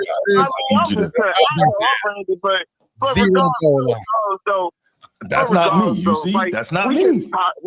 We're just tired of this shit. I'm like, I just want him to pick a team so we can ship his Nepo baby son out of my team. That's all it is. You could be Golden State, it could be Philly or Miami. Doesn't matter. Ship him out for 2 second-round picks and get the fuck. Well, get the hell out of here. Thank you, Sean. I appreciate the call. Man. Thank you. All right, man. All right, brother. All right, man. Again, Sean be needing a vent, man. Simple-minded haters. No, but see, this is definition right there, Bruce. Give that. Yeah, but Sean never lied and said he wasn't a hater. He hates his guts. but this is where I get frustrated when I get lumped in with that. That's my frustration. I think Sean is kind of fed up, and it's a lot of frustration. Yeah. Plus, he didn't like LeBron's time in LA, so that probably magnifies it and makes it worse. Yeah. All right. Maybe if LeBron would have won 2 chips, Sean would have been more satisfied. I don't know. I don't think so. What do you think, Transformer? If he would have won 2, you think Sean would have been a little bit? No. 3. 3. All right, 3. He probably would have been able to turn a new leaf, but yeah, 3 would have been enough. 3 would have been enough for anybody. I'm like, you gotta understand, Lakers fans are really spoiled, man. Man, I don't know what the hell you waiting on. Oh my god. All right, let's do this. All right, NFL top 10 safeties as we continue with our build towards the NFL season, and as we continue to talk about these position groupings, a lot of interesting stuff going on. Transformer, you want to rock this, or should I? I mean, well, you go ahead, because I believe the person at the top of the list is a where's it? Kaka. Yeah. All right. So let's do it, yo. Safety is becoming a more and more invaluable position in the modern NFL, especially, with the amount of the passing game going on and the RPO game, right? Safeties need to be able to come down into the box. They need to be able to tackle. They need to be able to cover in space. We I think have all lived through the era where we saw some of the greatest ones ever. We saw your John Lynch's, we saw your Ronnie Lott's, we saw your Ed Reeds, we saw your Troy Polamalu's. We saw some incredible safety play through the years. Now we have the modern safety, which is a little more, I think, a little less in the box. There are certain guys on this list who kind of can play that as well, but the modern safety has to be more of a heavy hitting pass defense guy. So this should be interesting. So I'm going to go ahead and I'm going to start with the honorable mentions. And of course, we'll give our thoughts with this list as it goes. So first, honorable mention will be Grant Delpit, Cleveland Browns. That's a heck of a player. One AFC executive says he can blitz, cover tight ends, aggressive, instinctive. he would be up there if he had more ball production. Steve Stevenson, you being a former Browns fan, where are you on Grant Delpit? I think he's really good. That boy good. Yeah, part of the reason why the Browns defense became so dominant over the last couple of years has been his contributions. A lot, and I think, with Myles Garrett there, it was really easy for pressure to get some pressure on the quarterback, which forces them to have to make tight window throws, early throws, and just look, the guy can tackle, the guy can make plays. He's only getting better, right? He's very young. So the sky's the limit. He'll be in the top 10 next year for sure. Right. I got one thing to say. Sure. And this is no shit. Well, you're a Green Bay Packer fan now anyway. Cleveland has had a lot of names on these top 10 lists throughout this entire ESPN thing. Defense, yes. Yeah. Do you know they're the only team that's not in the postseason? Yeah. On all of these lists? Because the offensive side doesn't have any of those kinds of players. They're all on the defensive side. Bingo. That's what made me watch Cleveland Brown games last year. That defense. And, of course, Myles Garrett. But continue. That boy good. That boy good. That boy good. That boy good. All right, next up, Kobe Bryant, Chicago Bears. One NFL coordinator says, quote, "I love him. He's a corner by trade, so he has good feet and ball skills, but he will hit too now," unquote. And I like Kobe Bryant. I've kind of watched him since college. He was the opposite corner at Cincinnati with Sauce Gardner, and that was an elite secondary. If I'm not mistaken, I think Sauce Gardner went all 4 years without giving up a passing touchdown in coverage. And Kobe Bryant was the number 2 corner on that team. He was very good. Got drafted by the Seahawks, did okay. And then when they got Tariq Woolen and whatnot, they was like, yeah, we got one. So now he's playing at safety, probably a little bigger, a little more physical. And when you're a little more physical on the outside with the corners, they'll call you more for being handsy. So he's now at the safety spot, so not bad at all. Next honorable mention should have been in the top 10 if you ask me. Whoa. Should have been rookie defensive player of the year, if you ask me. Yeah. Oh. Yeah. And possibly all NFL on defense, if you ask me. Now, I'm going to tell you why in a minute. One. Wait, who is this? I'm going to tell you why in a minute. I'm a little biased. There you go. I'm about to say that part. It was only a matter of time. I was waiting for that other shoe to drop. But the elite ball skills and the production. He was tied for second in the league as a rookie with 5 interceptions, right? Xavier Watts, one NFL coordinator says, quote, "He has a chance to be one of the best safeties in the league. He has very similar qualities." That's true. Bates, that's true. It's true. Yeah. And so the reason why his ball skills are elite, he originally was a wide receiver. He went to Notre Dame to be a wide receiver and ended up transferring to the defensive side of the ball. That's why he had 13 takeaways over his final 2 seasons in college. Like, this guy gets to the ball. So yes, I am biased, but I think his ball skills are elite, and I really value defensive players who create extra possessions for your team. How many picks did he have last year? 5? 5 as a rookie, tied for second in the league. The 10th place guy on this list had 9. Listen, that's really it's. I don't know. It's nuanced once you get into the top 10. Yeah, no doubt. Now, a little hyperbolic, but I think he's going to be really, really good. I don't think he's an all-pro. I think he's going to be really, really good, though. Well, I mean, look who's in front of him. You have some incredible guys. So I mean, the margin's thin between the 10th guy on this list and the 6th. Right. So, like, even trying to get in between, any of those spots, it's tough. Yeah. I just wanted a reason to say go Irish. I know. I was waiting for that too, but he's trying to. No. I think he's a heck of a player, but he's not there yet. If the list expanded to 12, he's definitely in there. Yeah, he probably could be. A lot of time on somebody that's not in the top 10. Can be correct. Let's move on.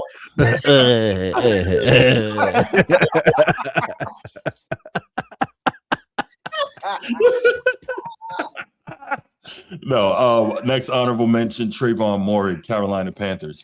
One of the most versatile players in the league. He can play safety, dime, or nickel. Really good rusher. He can blitz. When did the Panthers defense all of a sudden get so good? Crazy, right? That happened in a year?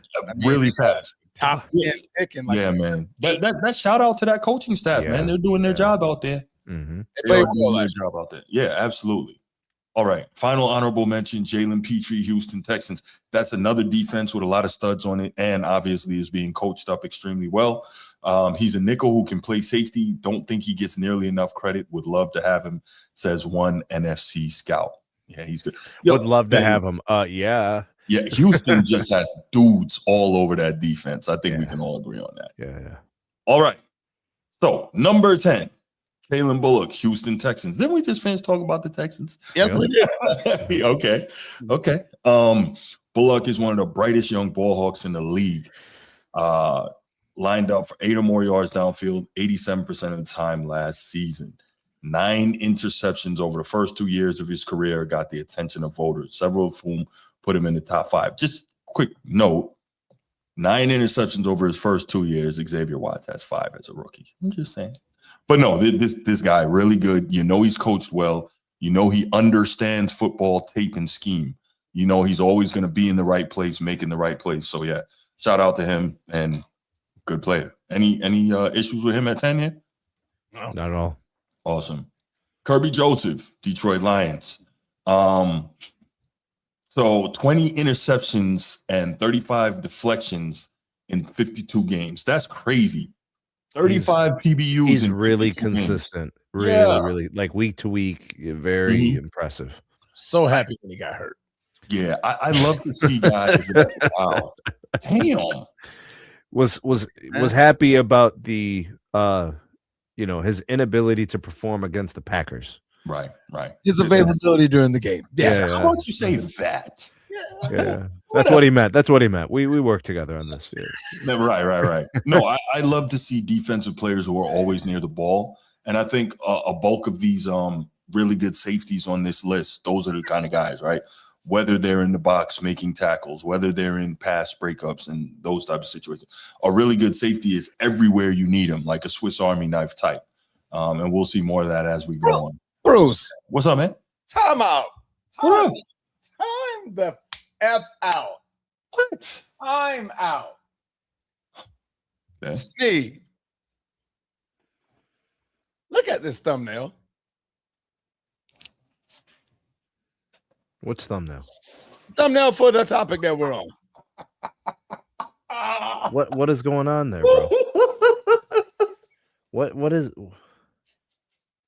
What's wrong with this thumbnail, Sneed? Hold up. What did he do, bro? What is wrong with this thumbnail, Sneed? There's nothing wrong with the thumbnail. Bro, what is going on in the thumbnail? Oh, no. You don't see it? I don't know what he's the spelling? No, the actual thumbnail. Like, look at the 3 players. Who's in there? So you have. I see Humphrey. No, that's not Humphrey. That's Kyle Hamilton. Kyle Hamilton. Kyle Hamilton. I see the guy from the Texans. What's his name? That's not the Texans. Wait, who is that? Is that the Falcons? That's Xavier Watts, man. You got him in there for no damn reason. He's not even on the damn list. The hell out of here, Bruce. And Derwin James. Derwin James is a beast. Okay, Derwin James. We're gonna get to him eventually. This man put somebody. You put the number 1 guy, the number 2 guy, and the number 15 guy. 12. What on the top 10 list, bro? Get out of here, bro. What is wrong with you? Dude, you got problems, bro. That's some Notre Dame love. Look at him shamelessly. He's like, right on, bro. Is that Xavier? Why is he on the list? He didn't even make the list. Oh my God, bro! If he stays healthy, he's on the list next year, man. Well, but this is okay, but like it's 2026 right now, bro. Well, he was honorable mention, so he's kind of sort of on. So honorably mention him on the show, but not in the thumbnail. Sneed, I ain't messing with y'all, man. Y'all supposed to be my bro. You know what's so crazy? Xavier McKinney. Xavier McKinney is a top 3 safety, and he's not on there. That's what I was looking at. I'm like, he got the number 1, the number 2. Where's Xavier? If you're gonna put anybody, at least someone in the top 5, bro. Wait a minute, that's Xavier Watts. Right, can we move along? Look, I'm like, I think that's Xavier Watts' number. Look, now he ain't about the smoke, bro. Before it was cool. Now look at it, bro. Let's move on. Yeah. I'm just saying. Let's move along. Yeah. Go on, bro. Go on, man. Thank you. Thank you. Did we even get to Butter Baker yet? No, we're on Buddha Baker right now. Arizona Cardinals. That boy good, NFL bro. just can't quit Baker. He's really good since Washington, man. He's nice. Yeah. Since entering the league in 2017, Buddha Baker's the only defensive back with at least 1,000 tackles. That's crazy. A lot of tackles. Perfect safety for any fantasy football league. Strong safety. If you got that position, I've never played fantasy football with a safety. That's crazy. Yeah. You play safeties, DBs, corners, defensive tackles. So tackles, fumbles, interceptions, the score, all the things. Pass deflections. Okay. Oh, no, he's really good. He's a bright spot out there in the desert because they haven't had a lot of good teams. Yeah, but he's not good in the pass coverage, though. He's a pure box safety. But, you know.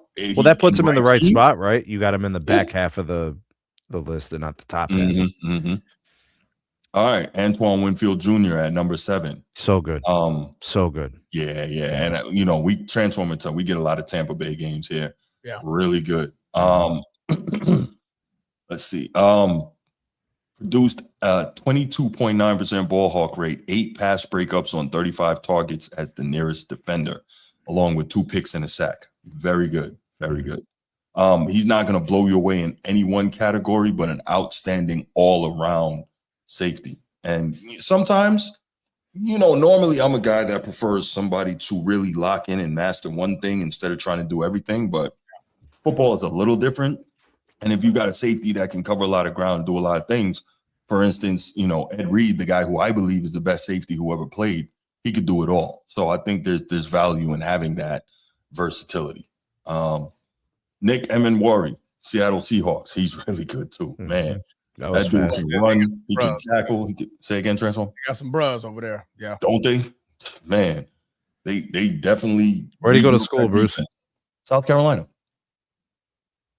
Yeah, really good player. Number, where are we? 2.5 sacks, pass breakup rate of 2.1%, second highest among safeties. So I think Brian Branch is the only one with a better rating. Brian Branch is nice too. Yeah.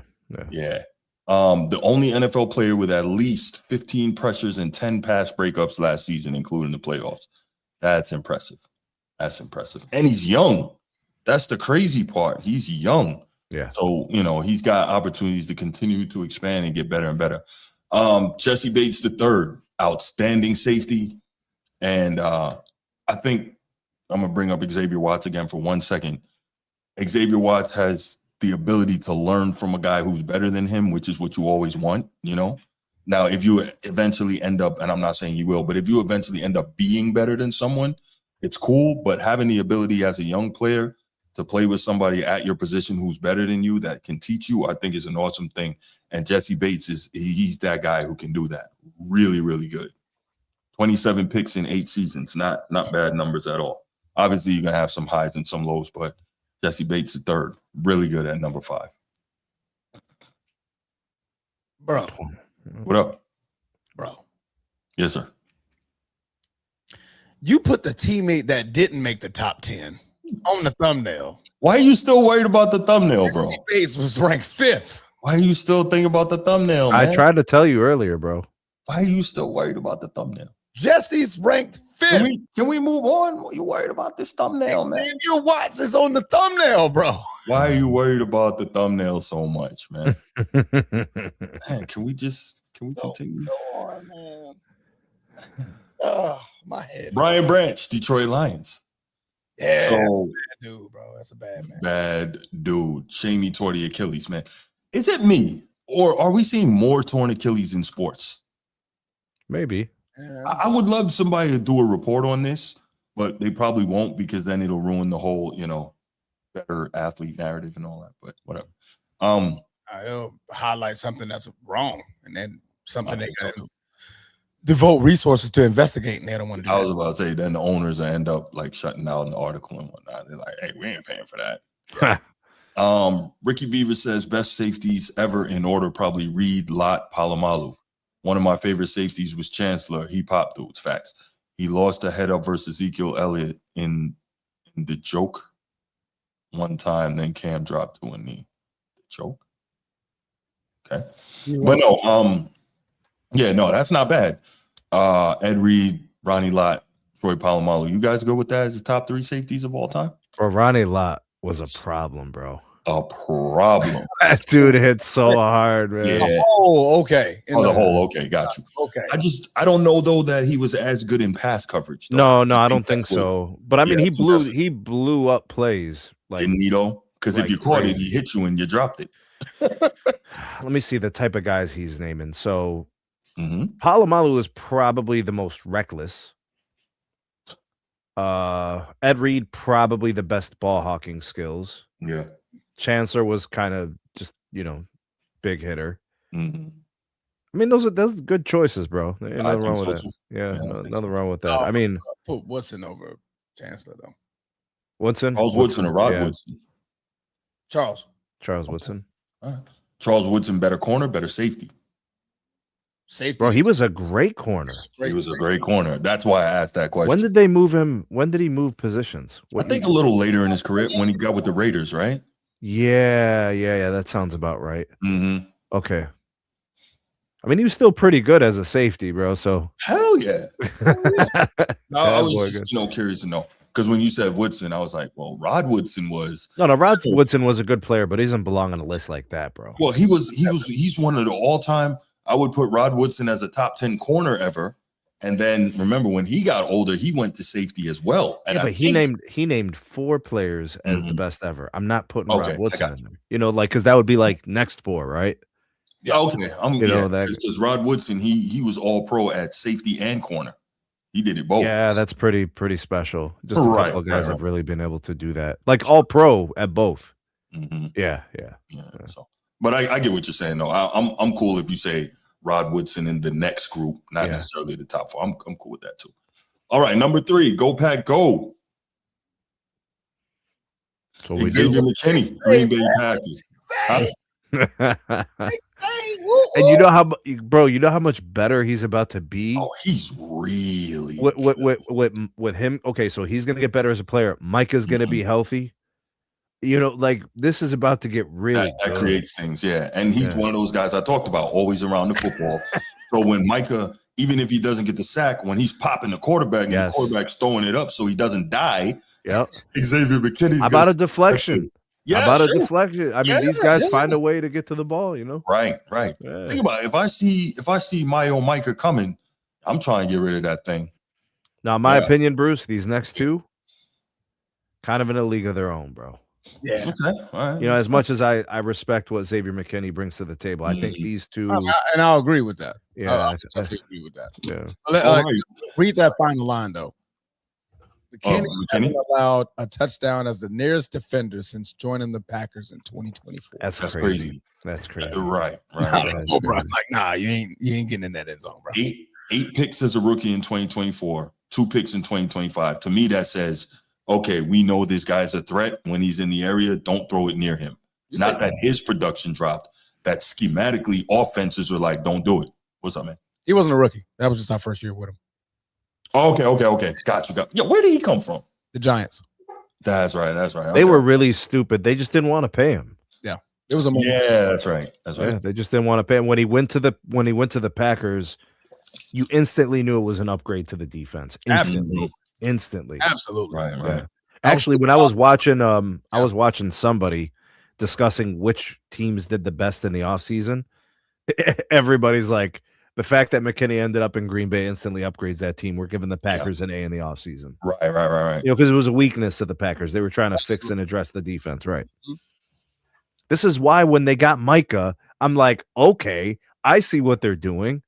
Because now they've got levels to the defense. And the back end. Yeah. Exactly. Now we just need a corner. Right. Just need a corner. Just one. You can address it with the draft, right? Like, there's corners in the draft. You won't be bad enough to get the best cornerback in the country, though. So. Well, you probably got to get a top 10 pick to get a top corner. Yeah, the last time we got a top corner, he ended up being an injury-prone guy. Yeah, it happens. Well, we got an injury. So the Browns, Denzel Ward, who's an incredible corner, is also injury-prone. Yeah. Concussion-prone, which is actually the worst. Yeah, because that can end your career. Yeah. All right. Number 2, Derwin James, LA That boy Chargers. good, bro. That boy good. Tough since he came in the league. Instantly. That boy good. Why do I feel like he should be older? I feel like I've been talking about Derwin James because it started right away. Like he's been around for a long time, man. It's because he had the respect of people week 2 of his first year. Yeah, bro. You know, yeah, bro. No, for sure. 7 seasons, so, 8 seasons, something like that. Yeah. Since 2024, James has a combined 7.5 sacks, 4 interceptions, 16 tackles for loss, and 14 PBUs. Bro, he's a record everywhere. He's one of those guys. I like guys like that, you know? He's a football player. Football player. What is he's a football playing Jesse. That's what those country guys say. Yeah. He's the only player to log at least 1,000 snaps each at safety, slot corner, and outside linebacker. Hey, man, things fall apart with the Chargers. You could come on to Green Bay. We come on to Green Bay, baby. Come on to Green Bay. Talk that. UNC? Oh, baby. That's what I'm saying, bro. Yeah. That's not happening. Harbaugh. Go ahead, Bruce. Go ahead. Right on, bro. Harbaugh said it to his guy Jesse Minter in Baltimore. That's cool. We know how to use him. Whatever. And number one. Here we go.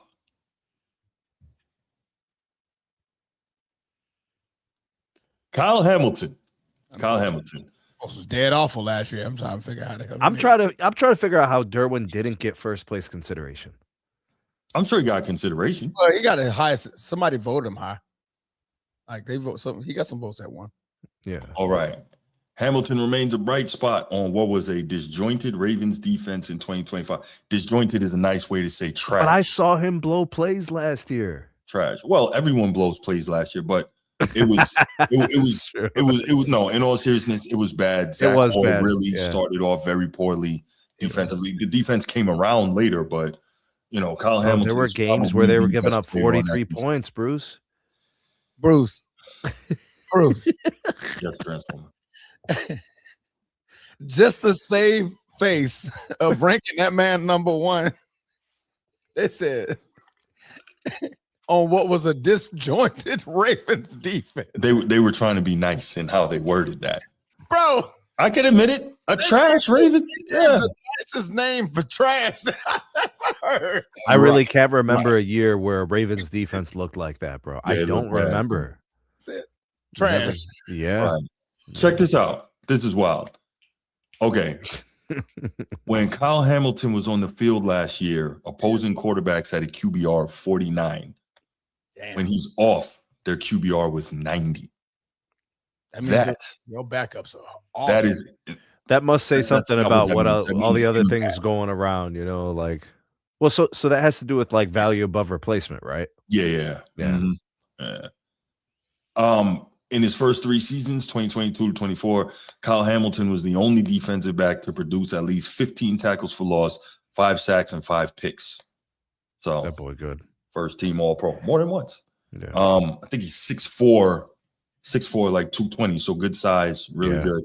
Yeah. And he's one of those dudes, again, we talk about the Derwin James mold, the guy who can play any and everywhere on the field, Swiss Army knife. Played more coverage snaps in the slot than a traditional safety. And so 7 tackles for loss last season. You know what that does, Bruce? That gives the defensive coordinator optionality. Yeah, for sure. You know, it gives him some faith that side of the field is going to be all right. You know what I'm saying? And he could feel good about sending pressure if he needs to get an extra part of the rush in there, you know, and that sort of thing. Very valuable player. Very valuable. No doubt. So I would assume you guys think Derwin James should be number 1 and Kyle Hamilton number 2. I just think for the sake of this list, after last season, it would feel more appropriate for Derwin James being on a better defense and him being a key cog there. I think it would have just fit better. So I wouldn't be mad at anyone who has that. Derwin James is a beast. And the Chargers defense was better on the whole. So I wouldn't be mad at anyone who has that. You know, Derwin James is just considered a slot corner.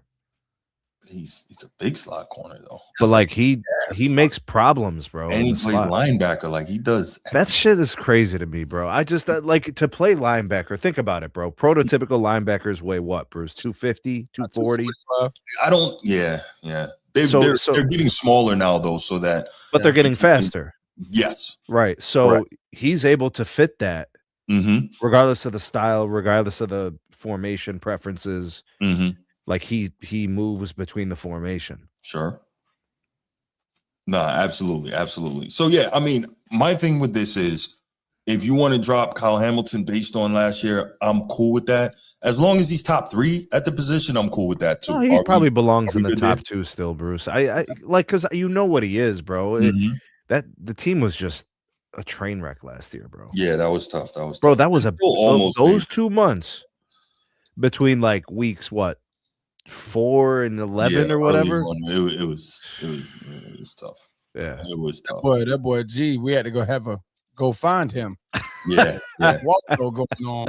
That's my guy. But yeah, he definitely was. Bro, we hadn't seen G in a minute, bro. Yeah, he'll be back. Trust me. He'll be back. All right. So to run it down, number 1, Kyle Hamilton. Number 2, Derwin James. Number 3, Xavier McKinney. Number 4, Brian Branch. Number 5, Jesse Bates. Number 6, Nick Emenwari. Number 7, Antoine Winfield Jr. Number 8, Buda Baker. Number 9, Kirby Joseph. And number 10, Kalen Bullock. Pretty strong list at the safety position. And shout out to Xavier Watts. It's all good, bro. I wasn't gonna. It's all good. We'll do it for you. It's all good, bro. Go Irish. Put your damn hand down. Man, Xavier Watts on that thumbnail, not Jesse Bates. That's crazy. That is crazy. Didn't even make the list. It says honorable mention. Honorable mention. Dishonorable thumbnail. I love that Xavier Watts flips the field for his team. I love that. I'm big on that. He creates extra possessions, especially on a team with a bad offense. There you go. You got to do it. More value. You know? Crazy work. Bruce with the not so humble nod to Xavier Watts. All right, y'all. Let's go ahead and open up the phone lines. Let's take a couple calls on this, and then we will call it a wrap for this evening. Who was the top-rated safety in the draft this year? Ooh, good question. Your boy out of maybe. Yes. Maybe. Yeah, I think so. The kid out of Ohio State, yeah. Yo. Yeah, maybe. Yeah, Caleb Downs, yeah, I'd say so. There you go, Caleb Downs. Right. He with the Cowboys, didn't he? Bro, he was a top 5. What was he, 6? So he went to the Jets. 6 was he 5th pick? 6th pick? Cowboys, okay. Where'd he get drafted this year? It was like top. He got drafted high. Yeah. What's up, Bruce? Yeah, man, you got the list. You got the list perfectly right, man. Hey, only thing on perfectly right. Only thing is missing with Kyle Hamilton. Maybe he's not a high interception guy. He don't force when he force turnover. He's not a free roaming. He can roam in the back like an air read, but you can play him in so many spots. Hey, Bruce, who's more flexible, Kyle Hamilton or Derwin James? Derwin James, by far. No, it's not by far. I think they're both extremely flexible. Well, I'm asking Bruce because he called. Hold up, bro. Hold up. Bruce, go ahead. You know, Derwin James had some off seasons before Jesse Minter came in there. He wasn't pumped up like that prior to Minter. He was good. He had some good seasons, but he had he tailed off a little bit till Minter came in. But Kyle Hamilton from him is his inception of the Ravens, man. He has been putting so much onus on him to do so many great things. And man, listen, man, wherever you put him, he affects it. You can put him close to the line, you can put him in the back end, you gonna fix it. He's the fixer. If you need a cornerback, you can line him up at the slot. Does he walk on water and raise the dead? What does Bruce say? Yes. He's Anunnaki. Real sick, raise the dead, walk on water. He's the Anunnaki, baby. You know what I mean? Anything big purple, baby. Look up what the Anunnaki is. I know y'all keep tired of hearing me keep saying it. But he's just a special player, man. And the list is pretty solid. I don't see nothing y'all could have put the kid Hawkins there too, though. Now he could have been 9 or 10. The new kid that we got from out of New England last year that paid well. All right, we'll look for that. Jaden Hawkins for the Ravens. But I'm just being, big. Hey, B more. You think Caleb Downs could get into the top 10 after next year? Nah. That's today. Everybody keep pumping him up like he's the next coming to goddamn Steve Atwater. And I don't see that. All right. The draft says otherwise, but we'll see. But the kid out of Seattle, he's a dog too now. I thought he could have been a little bit high. I think he could have been 3. Wow. Okay. I didn't need Kyle Hamilton to force more turnovers, as far as like him crack and tackling, and you could put him in there, Swiss Army knife. How many interceptions that Kyle got? Like for his career, like 3 or 4. So how many turnovers did he force? He has about 5. You know what I'm saying? I ain't been in the league, what, 3 years? Bruce, you got to look at scheme, though, man. You got to look at scheme. He plays in the box a lot. You know that. Yeah, his game record. Yeah, right. And he's a 2-time first-team All-Pro. Like, he's not some scrub. So, to be fair, Derwin James only has 12. But the man also got like 19 sacks. Yeah, Hamilton's got 5. I know you'll probably smack and punch me in the back of my damn head. Was Ed Reed really that great? Or we yes. Ed Reed was pretty amazing. Yes. We had a few years we didn't make the playoffs. We had a few years where we didn't make the playoffs when he got there. Like, it didn't turn till when John Harbaugh got there. He went about 3 or 4 years without making the playoffs with him at the back end. I don't know. Ed Reed was scoring touchdowns, bro. Actually, we was on that Kyle Bowler phase then. I'm gonna find a segment. I did a segment on Bowler, best safeties. Like That's this is crazy. even before I got on YouTube. I'm gonna find a segment and cut it. It'll be audio, but I'm gonna find it. I just sit back watching all the great safeties the other day. I just went back. Dennis Smith, Shaq Tatum, Ed Reed, Troy Polamalu's, I'm missing somebody. Steve Atwaters. Just going back and looking at all the great safeties and try to compare him to who was the best. And It's I don't know. Ed Reed. And the answer is simple: the interceptions, the returns for touchdowns, like all that stuff adds in. 1A, 1B, him and Ed Reed. No, there's no 1A, 1B. Ed Reed is 1, period. He is the best safety of all time. He's better than Ronnie Lott? What did I just say? That's a tough one, Bruce. It's not a tough one. At least you could say he's the best safety of the last 30 years. Ronnie Lott, though, bro. Yes. Ed Reed is clearly the best safety of the last 30 years. That's a different breed. Motherfuckers cutting their finger off in the middle of the game, bro. Okay, that's but crazy, bro. Yes, no doubt about it. That doesn't make you better, though. That just makes you insane. I'll leave it off. How many interceptions? How many turnovers? Ronnie Lott to Ed Reed. So Ed Reed lead them in turnovers too. Yes. He didn't strike fear in people like that. He didn't strike that fear that Ronnie Lott used to strike. He also played in an era where you weren't allowed to strike that fear that Ronnie Lott used to strike. So Ray Lewis was doing that for him. Yeah, he was hogging all the fear. He was around there, bro. I seen a lot of hits where Ray Lewis hit somebody, ball springs up, and Ed Reed's gone with it, bro. Ed Reed has 64 career interceptions, 1,590 career interception. Ed Reed was looking to score That touchdowns is a every record. Sunday, bro. What about Ronnie Lott? He also Ed Reed also has 11 forced fumbles. So come on, man. Oh my gosh. Damn, should have been a Packer. I would have had like 3 chips. Hey, man, just had to bring something up to talk about. Hey, man, I see. have a great show, and I think Andrew Reed blew our knee out today. I was watching the game, man. Yeah. Almost cried, man. I was like, damn. There go Atlanta championship this year, you know?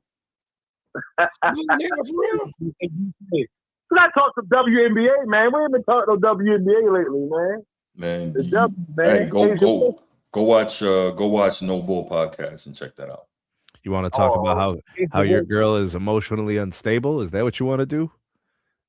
Who is emotionally unstable? CC? Name your favorite player, bro. She's emotionally unstable. Yeah, but I'm gone. But hey, shout out to the coach who called basically called Angel Reese a heathen. No, she didn't. Yeah, that's crazy. She didn't call her a heathen. Yes. She said something wild about her, yeah. No, she said, why is she a protected species?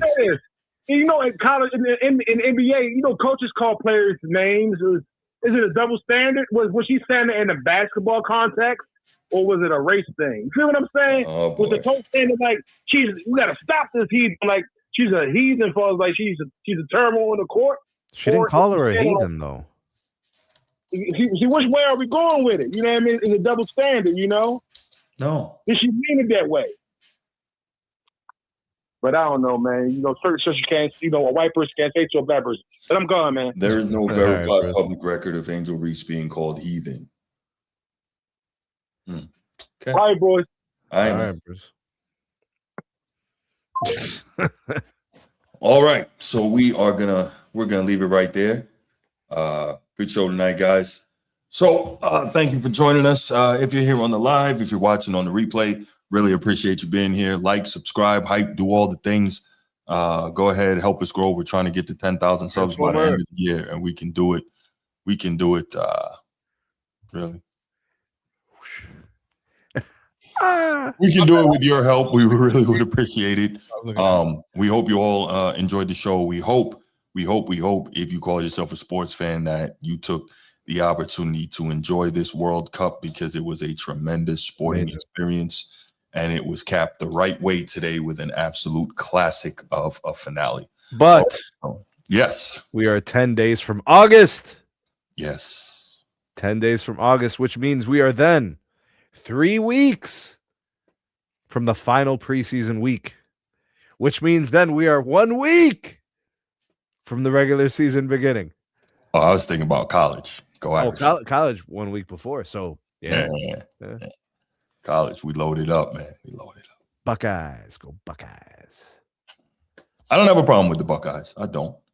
I'm good with them. Transformer, who's your squad again? Transformer? Not the knee. Transformer, what's your college squad? Florida State. I'm sorry. Your Seminoles. Yeah, we like the Seminoles. Looking at Angel Reese and the injury. Man, you ain't looking at her injury, bro. Did you blow her knee out? No, it looks like it's like she sprained her ankle. Oh, that's good. That's good. Yeah, okay. yeah, like she sprained her ankle. That's good. She's young too, bro. She'll be back in a week. I know, right? She walked off, so unless she blew her knee. Oh, that's great. Good stuff. Good stuff. Because her ankle twisted. Yeah, it looks like she. No doubt. All right, and we out. Peace.